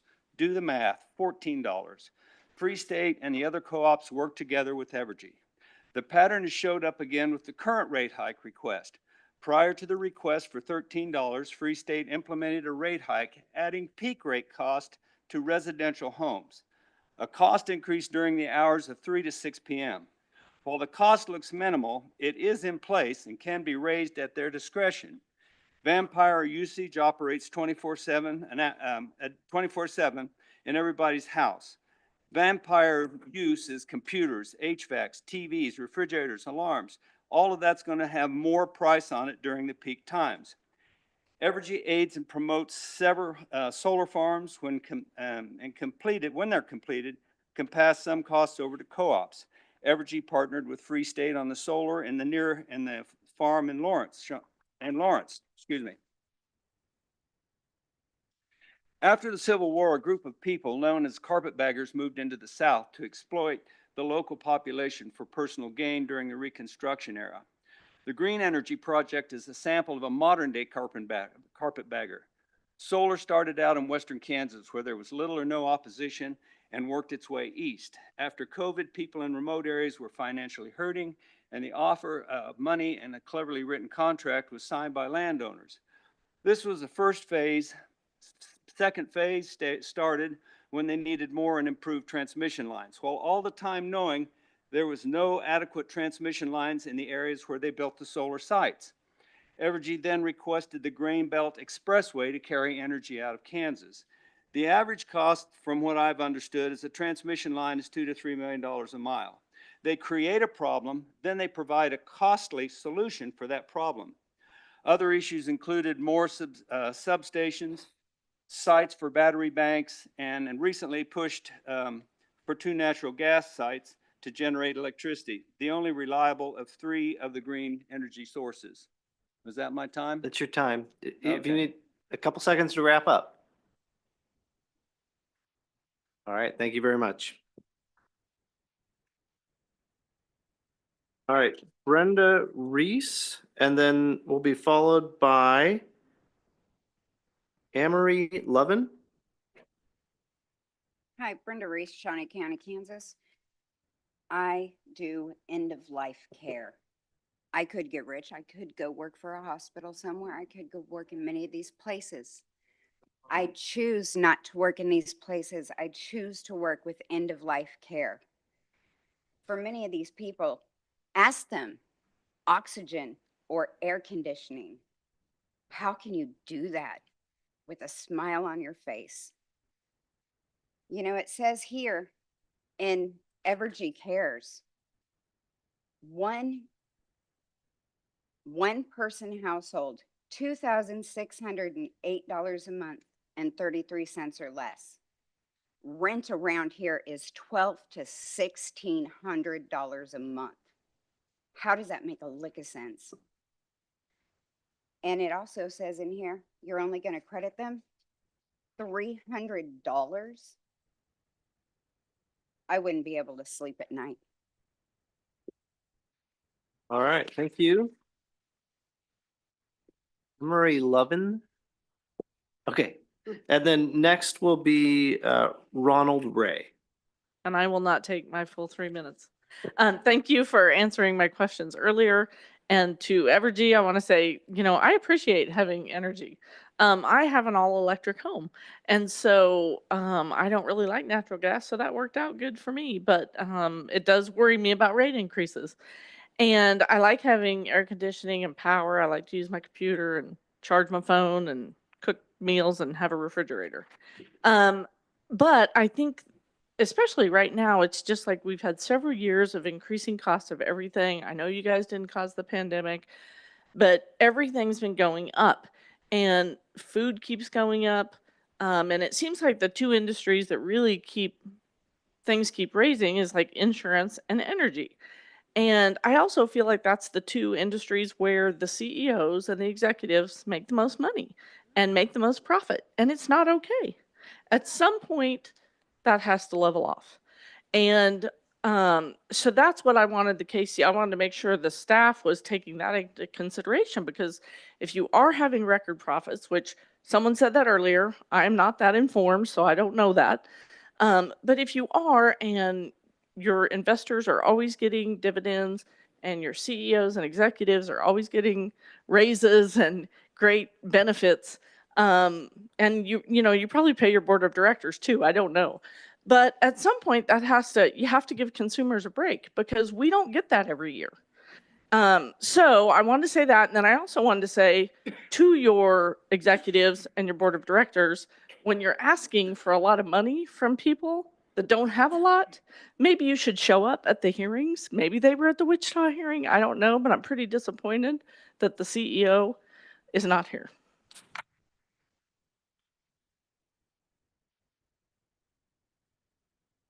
All right, Ronald Ray and then Harrison Dollar. Ronald Ray, R-A-Y. I live in Maple Hill, Kansas in Wabunsee County. And I oppose this rate increase because I don't believe that Evergy has demonstrated sufficiently the need. They've provided a lot of glittering generalities this evening, but when I asked for specifics, they failed to provide them. They claim that it's to recover costs of improvements already allegedly made. However, where I live, power outages are still very frequent, including without cause by the weather. They just randomly happen periodically, and the outages are longer lasting than they used to be a few years ago. They waste a massive amount of money on unnecessary things. For example, up until recently when I called in about a billing problem and asked them to stop, every month they send out mailings to customers saying, oh, use this much electricity on this and this much electricity on this. Aside from the fact that I object to their spying on how I use my electricity, it's none of their business. That wastes a lot of money that could be put back into keeping the rates down. They're going to close the Jeffries plant, which for our area, that's going to devastate the tax base for Potawatomi County with nothing to replace it. They will devastate that county because they don't, for political purposes, not for efficiency. Their alternate rate plans to me are so much smoke and mirrors. When I looked at them, in order to benefit from them, most people can't benefit from them. They would end up paying more. It's a cash cow for them. And I think it's deceptive, especially for senior citizens, the way it's presented. I'm sure, I mean, this evening you've got a vice president of regulatory affairs and a senior director of regulatory affairs. Seems to me they could do a lot of cost cutting internally by eliminating unnecessary duplicative positions in senior management and executive positions, because that's a lot of cost and salaries and stock options and so forth. Also, I object to the customers being made to pay for return on equity, because that's well above market return for most people's investments. I get 0.75% on my savings. If I'm lucky right now on my TSP account, I get somewhere around 4%. So there's a huge inequity there that they expect us to subsidize the shareholders, which includes the executives, and yet they do not provide good service to the customers. All right, thank you. And I see we actually do have someone online now, so I'm going to go to that online commenter next, and then Mr. Dollar, you'll be following that. So online we have Sandra Reiser. Yes, thank you. That's me. All right, go ahead. Okay. Basically, I agree with a lot of what has been said as far as the economy going up and, everything's just increasing. Before Evergy took over Westar, I mean, my bill has more than doubled since the takeover. Also, most of us are on limited incomes. We're senior citizens, or you have people making minimum wage that are basically having a hard time paying their bills anyway. Your CEO, David Campbell, made a compensation of $7,257,862 in 2024. That's great, but a lot of us do not do that. We can't afford stocks, stock buybacks and bonuses and all that thing. We're on limited income. Seniors, as I say, people poor. I am totally against this increase. I think it's ill-timed. And not only that, I think that Evergy is making enough in compensation as it is and shouldn't be putting this on the backs of those of us who, don't make millions per year, we may only make 20, 30,000 a year, or even 10,000 a year. So yes, I'm against this increase, and that's all. I cede the rest of my time. All right, thank you for your comment. All right, we'll go back in the room to Harrison Dollar. Oh, did he? Okay. All right. Diane Denham, followed by Mel Adams. Hi, Diane Denham from Osage County. So here's a 2023 headline from Topeka Capital Journal that is still true today. Evergy touts financial earnings to investors while seeking rate hikes from customers. Free State News, August of 23.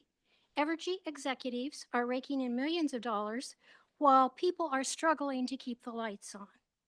Topeka Capital Journal, May 21st.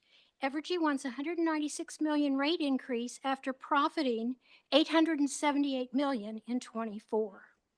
So the CEO made $7.14 million and stockholders were paid $597 million in cash dividends.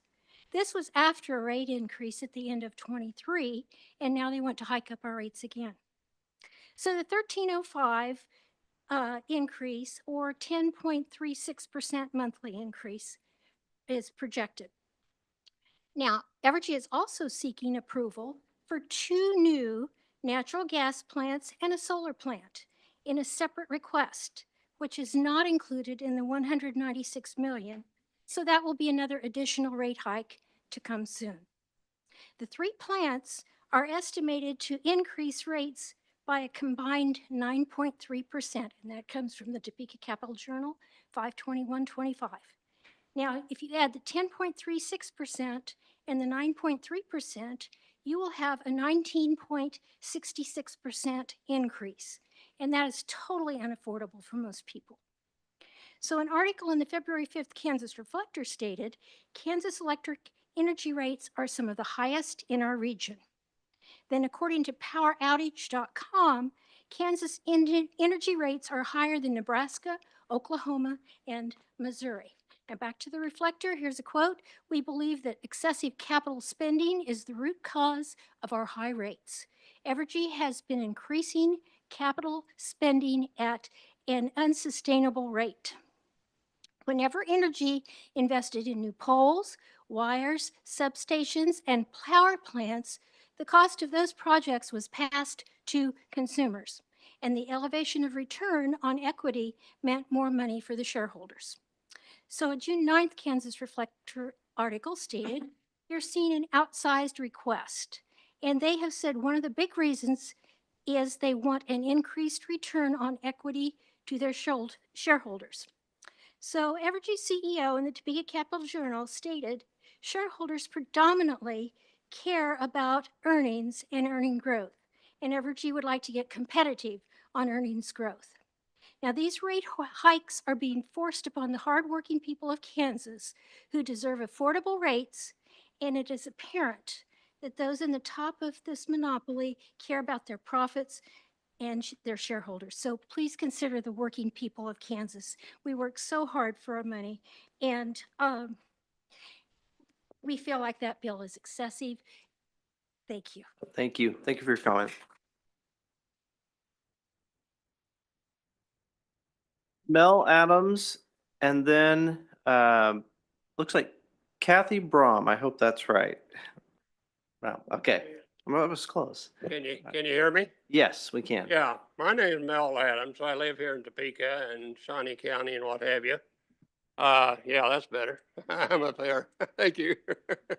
I echo what this lady over here said about us living on a fixed income and what have you, because that's me also.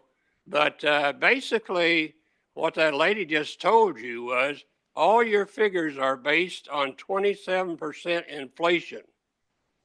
Well, that's gone. As of the last 4 months, our inflation has gone down. It's only 4% right now. You need to base your new figures on what's going on right now, not what years ago.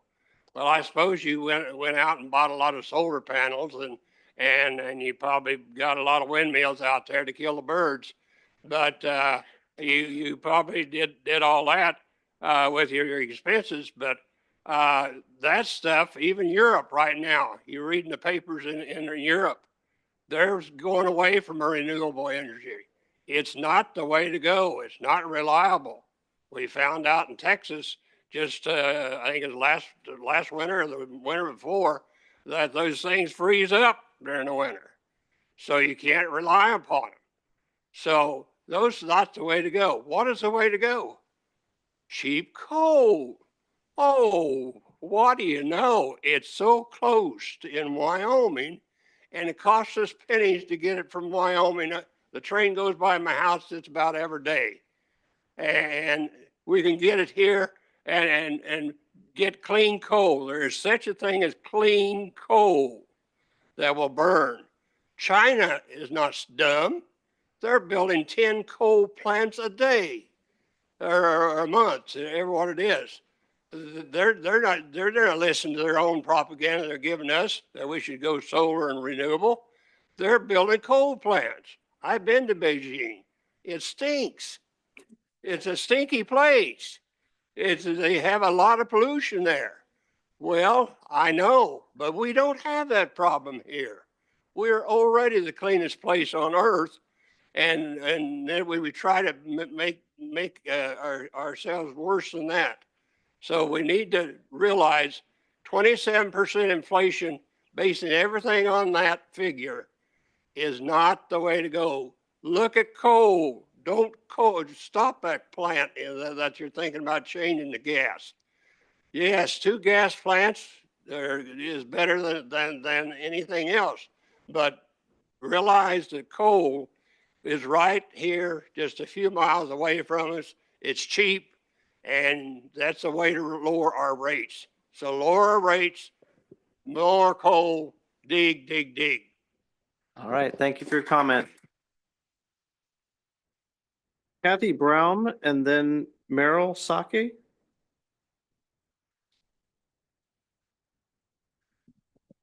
Good evening. My name is Kathy Brown. I'm an attorney at law and a nurse here in Topeka. At first, when I first moved here from back east, and so everything here is so much less expensive and so much better delivered than there, that for a few years, I couldn't imagine, objecting to any kind of bills or anything, because I was so delighted not to be in New York City. But I did wise up, and I have to say that I really loved listening to a lot of the comments here. When I was a nurse, I spent a long time trying to get my patients to be able to afford to go home and get well too. You are a monopoly, okay? You're a regulated monopoly, but you're a monopoly. You're the only game in town, right? You want more than what the commission thinks you should have, right?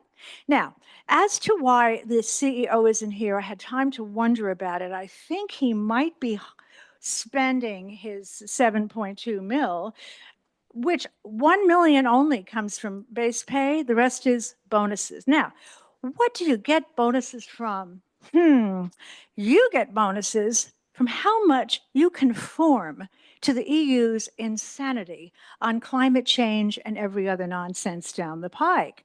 Who knew? Now, you also spend a lot of money on DEI, which President Trump has issued an executive order saying no federal agency that has that as its mission statement can get any federal funds. And you're not federal, but you're federal contractors. And I don't want to pay you for that garbage.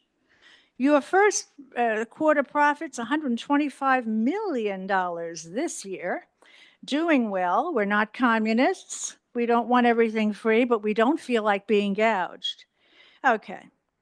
Let's see here. Oh, Campbell might also be home being unhappy, though, because that 7.2 is down from his previous 12 mil. That could be part of it. I don't know. As to the statement that there's all these kind of programs available for people, I'm apologize for telling you that even though I'm a lawyer, I'm not wealthy. I'm guilty of being not wealthy. I'm a middle-class person like everybody here. I pay a lot of money already. The only things that are available in terms of help are to people who are very, very, very low income. But we're the majority. We're the middle class. And I would like to, in closing, draw your attention to the fact that our legislature this year was able to defeat, I would say, we overrode about 30 of Kelly's vetoes. So right now, that's not necessarily on the legislative radar, but it will be. Because we, the people, are tired of having no say in taxation. The power to tax is the power to destroy. Thank you.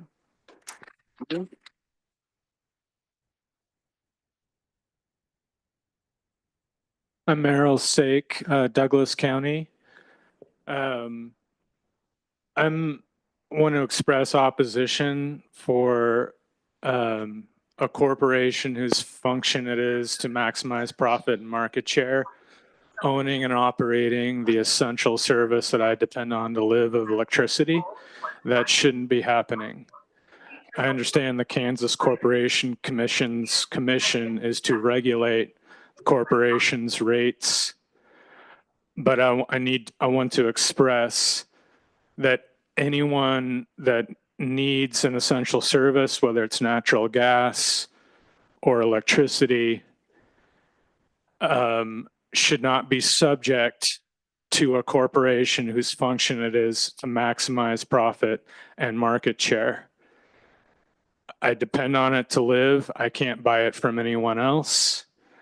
This seems wrong and unfair, and I'm here to try to oppose it and fight against it, and I don't know what else to do.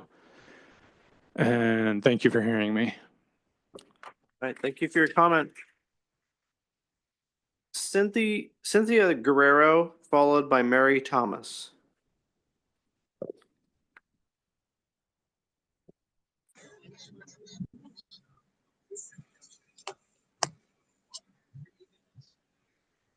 I'd like to reserve all of my rights. It's a conspiracy to deprive me of my rights. That's Title 18, Section 241. Title 18, Section 242 makes it a crime for a person acting under color of law to willfully deprive a person of a right or a privilege protected by the Constitution or the laws of the United States. For the purpose of Section 242, acts under color of law include acts not only done by federal, state, or local officials when within their lawful authority, but also acts done beyond the bounds of that official's lawful authority. If the acts are done while the official is purporting or pretending to act in the performance of his or her official duty, persons acting under color of law within the meaning of that statute includes police officers, prison guards, other law enforcement, as well as judges, healthcare providers, and any other public officials. The offense is punishable by a range of imprisonment up to life, term, death penalty, depending on the circumstances of the crime, resulting in an injury. What you guys are doing here is depriving everybody of their constitutional rights without giving them due process of law. You are stealing land and you are stealing water.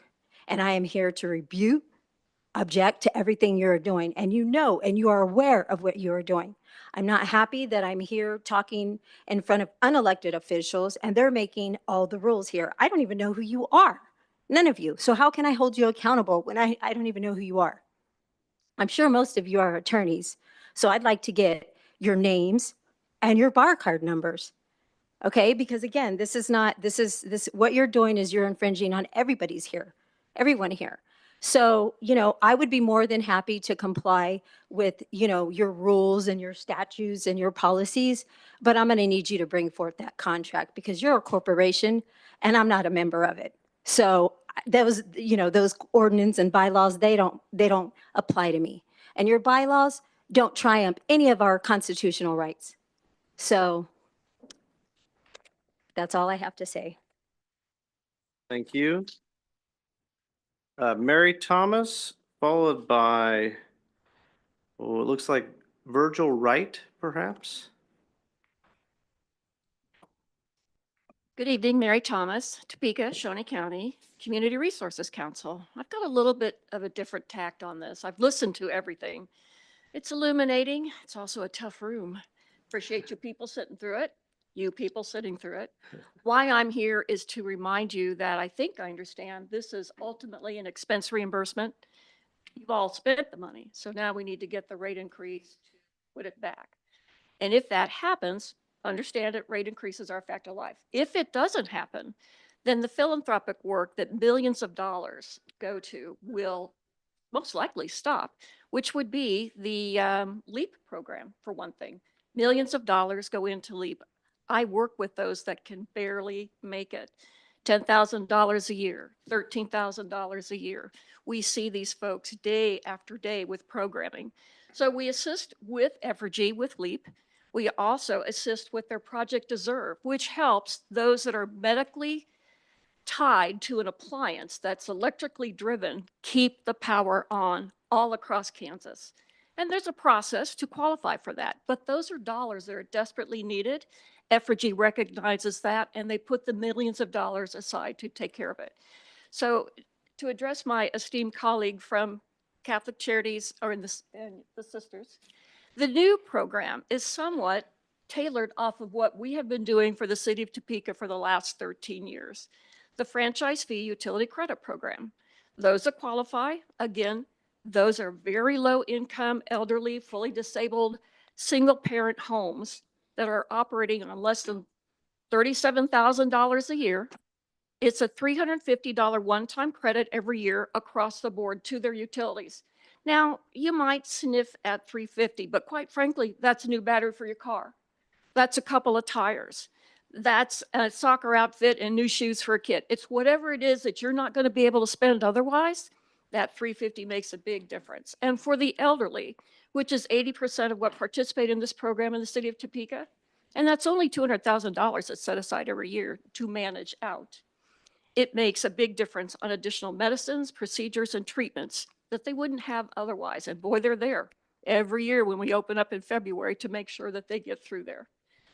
So the new program, having looked at what we have done using our numbers and some of our model, because I work with some of the folks in customer relations or whatever it is with Evergy, looking at that program has offered this care program.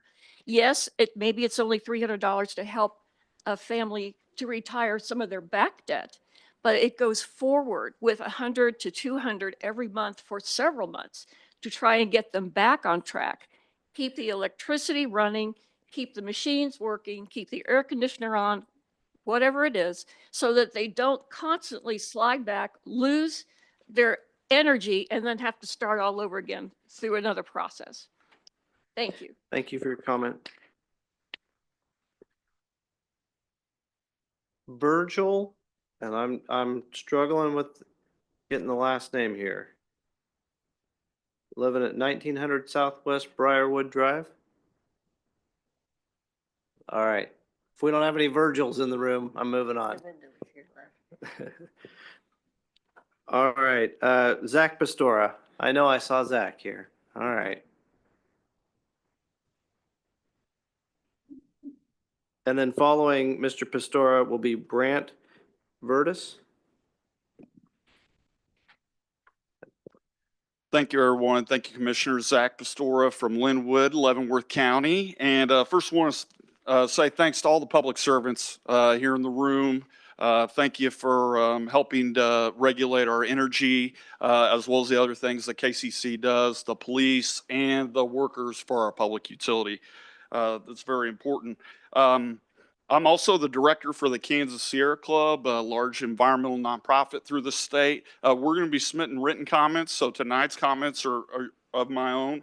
I just want to say there are prudent investments that I know are baked into this rate increase, and so I would support those. I'm thinking about the transmission upgrades that carry more power without the need for more generation from polluting sources.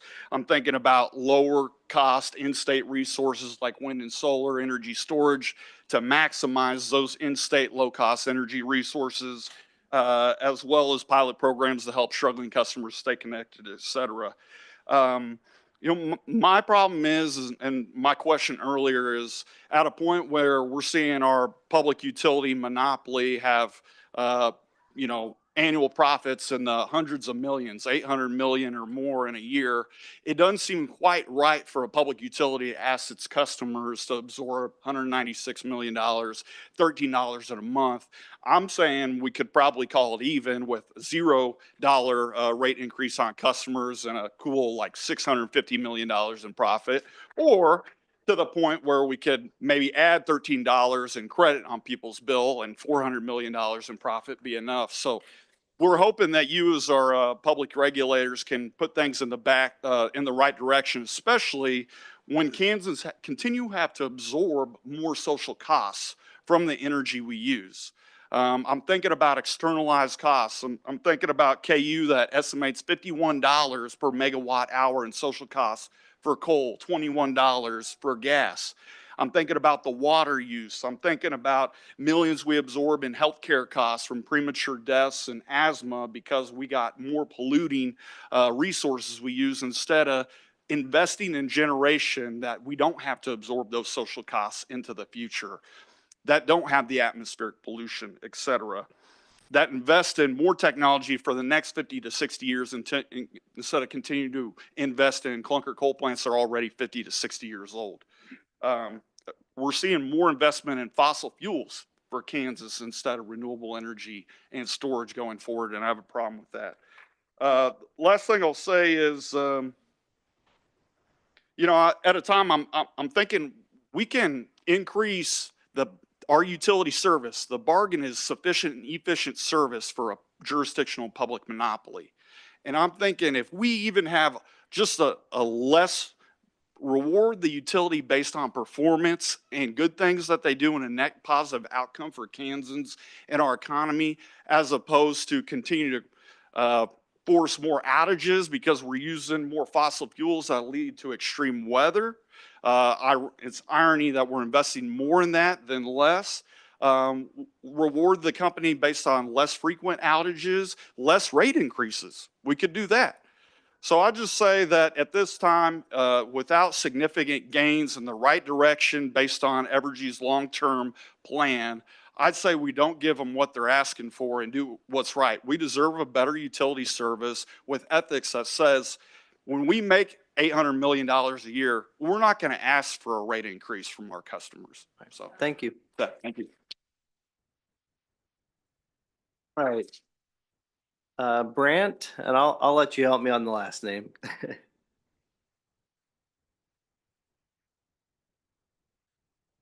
No worries on that. I don't have a child on my hands this time. So what more can I say than what's already been said by the 22 or other people who spoke before me? I guess in light of an earlier response to my questions, there'll be more of an illustrative comment than anything else. This is the third time I've actually dealt with Evergy lately when it comes to rate increases. The first was as a representative candidate for Missouri when Evergy came to the campaign caucus to advocate for more Missouri funds on that side, talking about other investments in infrastructure build. The second then was as a previous resident of Liberty, Missouri, when we experienced the rate increase in 23. There, it was a 7 or 8% increase at that point. However, by the time that rolled out, we did not experience that number, but rather due to the additional cost of other transportation and expenses and so on, it was actually a higher percentage by the end results. And now here as a resident in Kansas, now here we are again. I think everyone else has made the point quite clear that Evergy has made a very good profit, that it was a 19% increase from 23 to 24 of $130 million of increase in net revenue. But it was also illustrated that this is for reimbursement of costs that have already been assumed. These are ones that have already been paid, which that's great. That means that that increase in net revenue has already been taken care of because we've already minused out those expenses. So instead of the increase of rates to try to pay for something that's already been counted for in the finances, I believe we agree with everyone else here in the room to either a lower or no rate increase. And there I'll submit my time. Thank you. Here in the room, Catherine Meadows.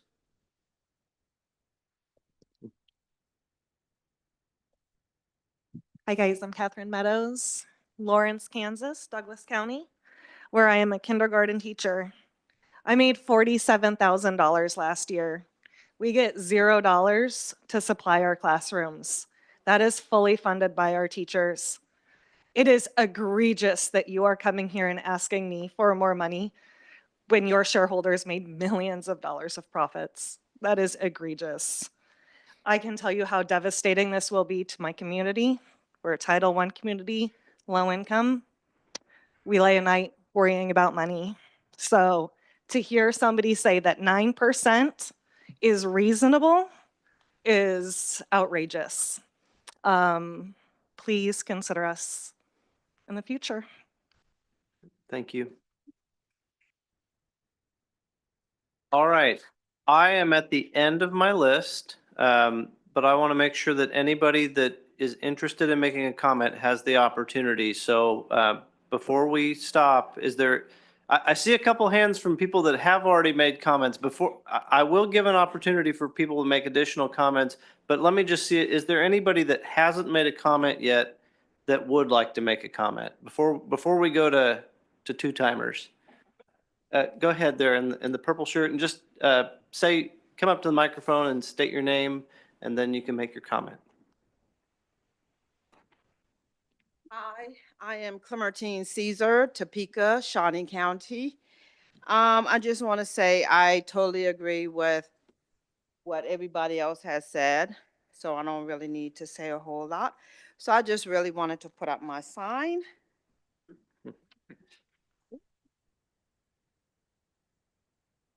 Thank you. Thank you. Any other folks that want to make a comment that have not had an opportunity yet? All right, I think a couple hands of people that wanted to just add on to their comments, and we're not too late yet, so I'll go ahead and let you each have a couple more minutes each. And just say your name again for the record, please. Robert Hogan. And, the newspaper has it that the top 7 executives get $20 million a year combined. We don't know publicly how much Evergy spends for PR, like Evergy Park and all the rest of that stuff, whether they wine and dine the corporation commissioner or congressmen or senators in order to, make themselves more liked. But what I've seen so far and heard, it sounds like the Corporation Commission is a reactive rather than, I don't know the right word, excuse me, but like my experience when I gut wrenching taking my land, I went to Corporation Commission and they could tell how upset I was, but they can't do anything about it. There was no oversight in that extension or change in the lines, the way it sounds. They just spend it and then they come to the Corporation Commission and say, we spent this much, we need to recover it. They tore out the old lines. What did they do with those? I don't understand the process, I guess. So I'm definitely no. Okay. And just again, say your name again at the beginning. Ronald Ray, R-A-Y, from Maple Hill. Last time around I overlooked, my understanding is that part of this is going to pay for a natural gas powered generation plant, if I understood correctly. If that's the case, there's a hidden cost in that that the customer is going to pay who use natural gas to heat their homes or to cook with or whatever. Because if Evergy is using natural gas to generate electricity, it's taking natural gas, it's increasing the demand in the market, and thus radically increasing the costs of natural gas for small customers, individual homeowners, small businesses, whatever it happens to be. And that needs to be accounted for as well, because it's a hidden rate hike that they're actually going to be causing. And so I think that needs to be taken into account as well, and agree with the rest that rates ought to go down, not up, because past few months I've been seeing on my bill where it says, this month it cost you this much per kilowatt hour, which suggests that it's varying every month, which means it sounds to me like they're playing games and changing the rates on me. There's nothing in there that explains why they're telling me that, but it suggests very strongly that they're doing some underhanded stuff in terms of how they're charging us. Thank you. And we did have a couple hands pop up on Zoom, and I think I've got a new one. Paige Regatz, why don't you go next?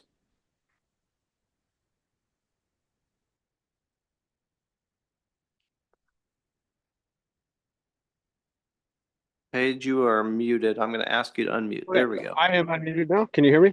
Yes, we do hear you. Awesome. Good evening, commissioners. My name is Paige Regatz. I live in Wichita.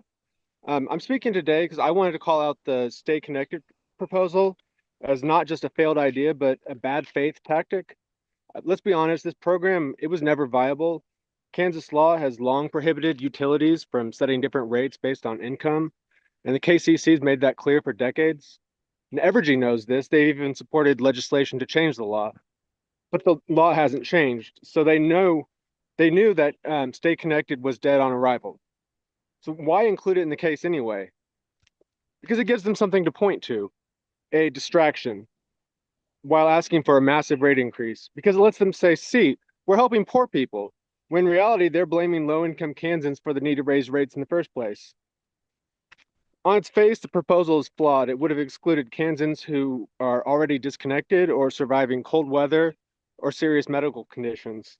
So I attended the Wichita hearing to try and address this, but it became clear this wasn't a serious proposal, it was a strategic misdirection. And having had the time to research the actual issue, I want to say directly, the commission must treat this proposal not as a mistake, but as a warning sign. When a regulated monopoly proposes a program it knows is illegal and promotes it publicly as a solution, that's not a policy disagreement. That's manipulation. That's a breach of public trust. This is not only legally unworkable, but politically charged, designed to deflect criticism and use vulnerable Kansans as props in a public relations strategy. These tactics waste the public's time, erode trust in this process, and shift the conversation away from fossil fuel dependence and wasteful spending, which are the real drivers of unaffordable rates. So now I ask the commission to prohibit Evergy from submitting future proposals in bad faith, legally unworkable, politically loaded, and intended to mislead. If Evergy wants to be taken seriously, it should start being honest about what's legal, about who's being impacted, and who really benefits from these rate changes. Thank you. Thank you. Was there another comment here in the room? All right, I'm not seeing any hands. I do have one more hand online. So I'm going to go back to Brendan Potter.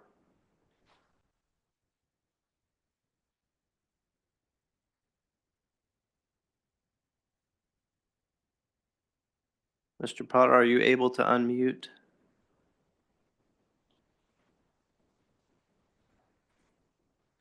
Yes, can you hear me? Sorry. Yes, we do hear you now. Thank you. Brendan Potter from Cottonwood Falls. I unfortunately missed the question and answer session. Can I ask the KCC a question, or is this not the time? Well, I think we've come to the end of all comments. If it's a brief question, I'll let you ask the staff. Okay, yes, I was just curious, when the KCC goes through and reviews this request from Evergy, do you guys have a list or look into non-infrastructure monies used, such as the office facility in Emporia, vehicles that are currently running but they're replacing, bonuses and all that stuff to administrative personnel? Do you guys go through and review that as well? Yeah, we go through the whole revenue requirement and we look at the infrastructure that it takes to run and kind of fund the infrastructure and investments, and then also the operation and maintenance costs that would otherwise be, customers fund to help those costs be recovered. Okay. All right, thank you. I'm just going to give one more opportunity before we close to see if any additional hands want to pop up for a public comment.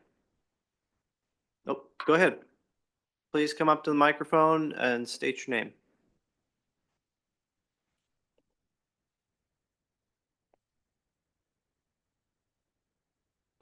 Richard Johnson, Shawnee County. Couple concerns that I had, because I got cut short on the first part, was that I'm concerned about the fact of less supply and more cost, supply and demand. We have seen a systematic shutdown of coal plants created by false narrative. At the same time, Kansas has added more energy guzzlers to the system. The EV factory at DeSoto, the chip plant in Wichita, and the planning of a data center close to the Legends. All three require a lot of energy and puts more burden on a less reliable wind and solar. Added costs include getting energy to these sites and a lot of expenses there. The other thing I wanted to mention at the beginning, if I can find it, is we can't provide $7.1 million to community investments and charity, but Evergy does. I wasn't able to partner with sponsors in various sports events, but Evergy does. Had I been able to partner up, I could have had provided my friends with business partners in premium seating or skyboxes. And that's just a little more of the adding there that could probably be trimmed. Thank you. Thank you. All right, I see no more hands online. I'm not seeing anyone else jumping up. So I think that we can close the public comment session at this time. I do want to remind everyone that the public comment period is open until 5 p.m. on July 14th. And IT, are you able to put up the slide that shows all the ways that folks can make public comments? While you're doing that, the evidence you're hearing on this matter is scheduled to begin in Topeka in the Commission's first floor hearing room on July 21st, 2025 at 9 a.m. and it's scheduled to end on July 25th. The Commission must issue a decision in this matter by September 29th. This concludes the public hearing. Thank you for joining us. We're now adjourned.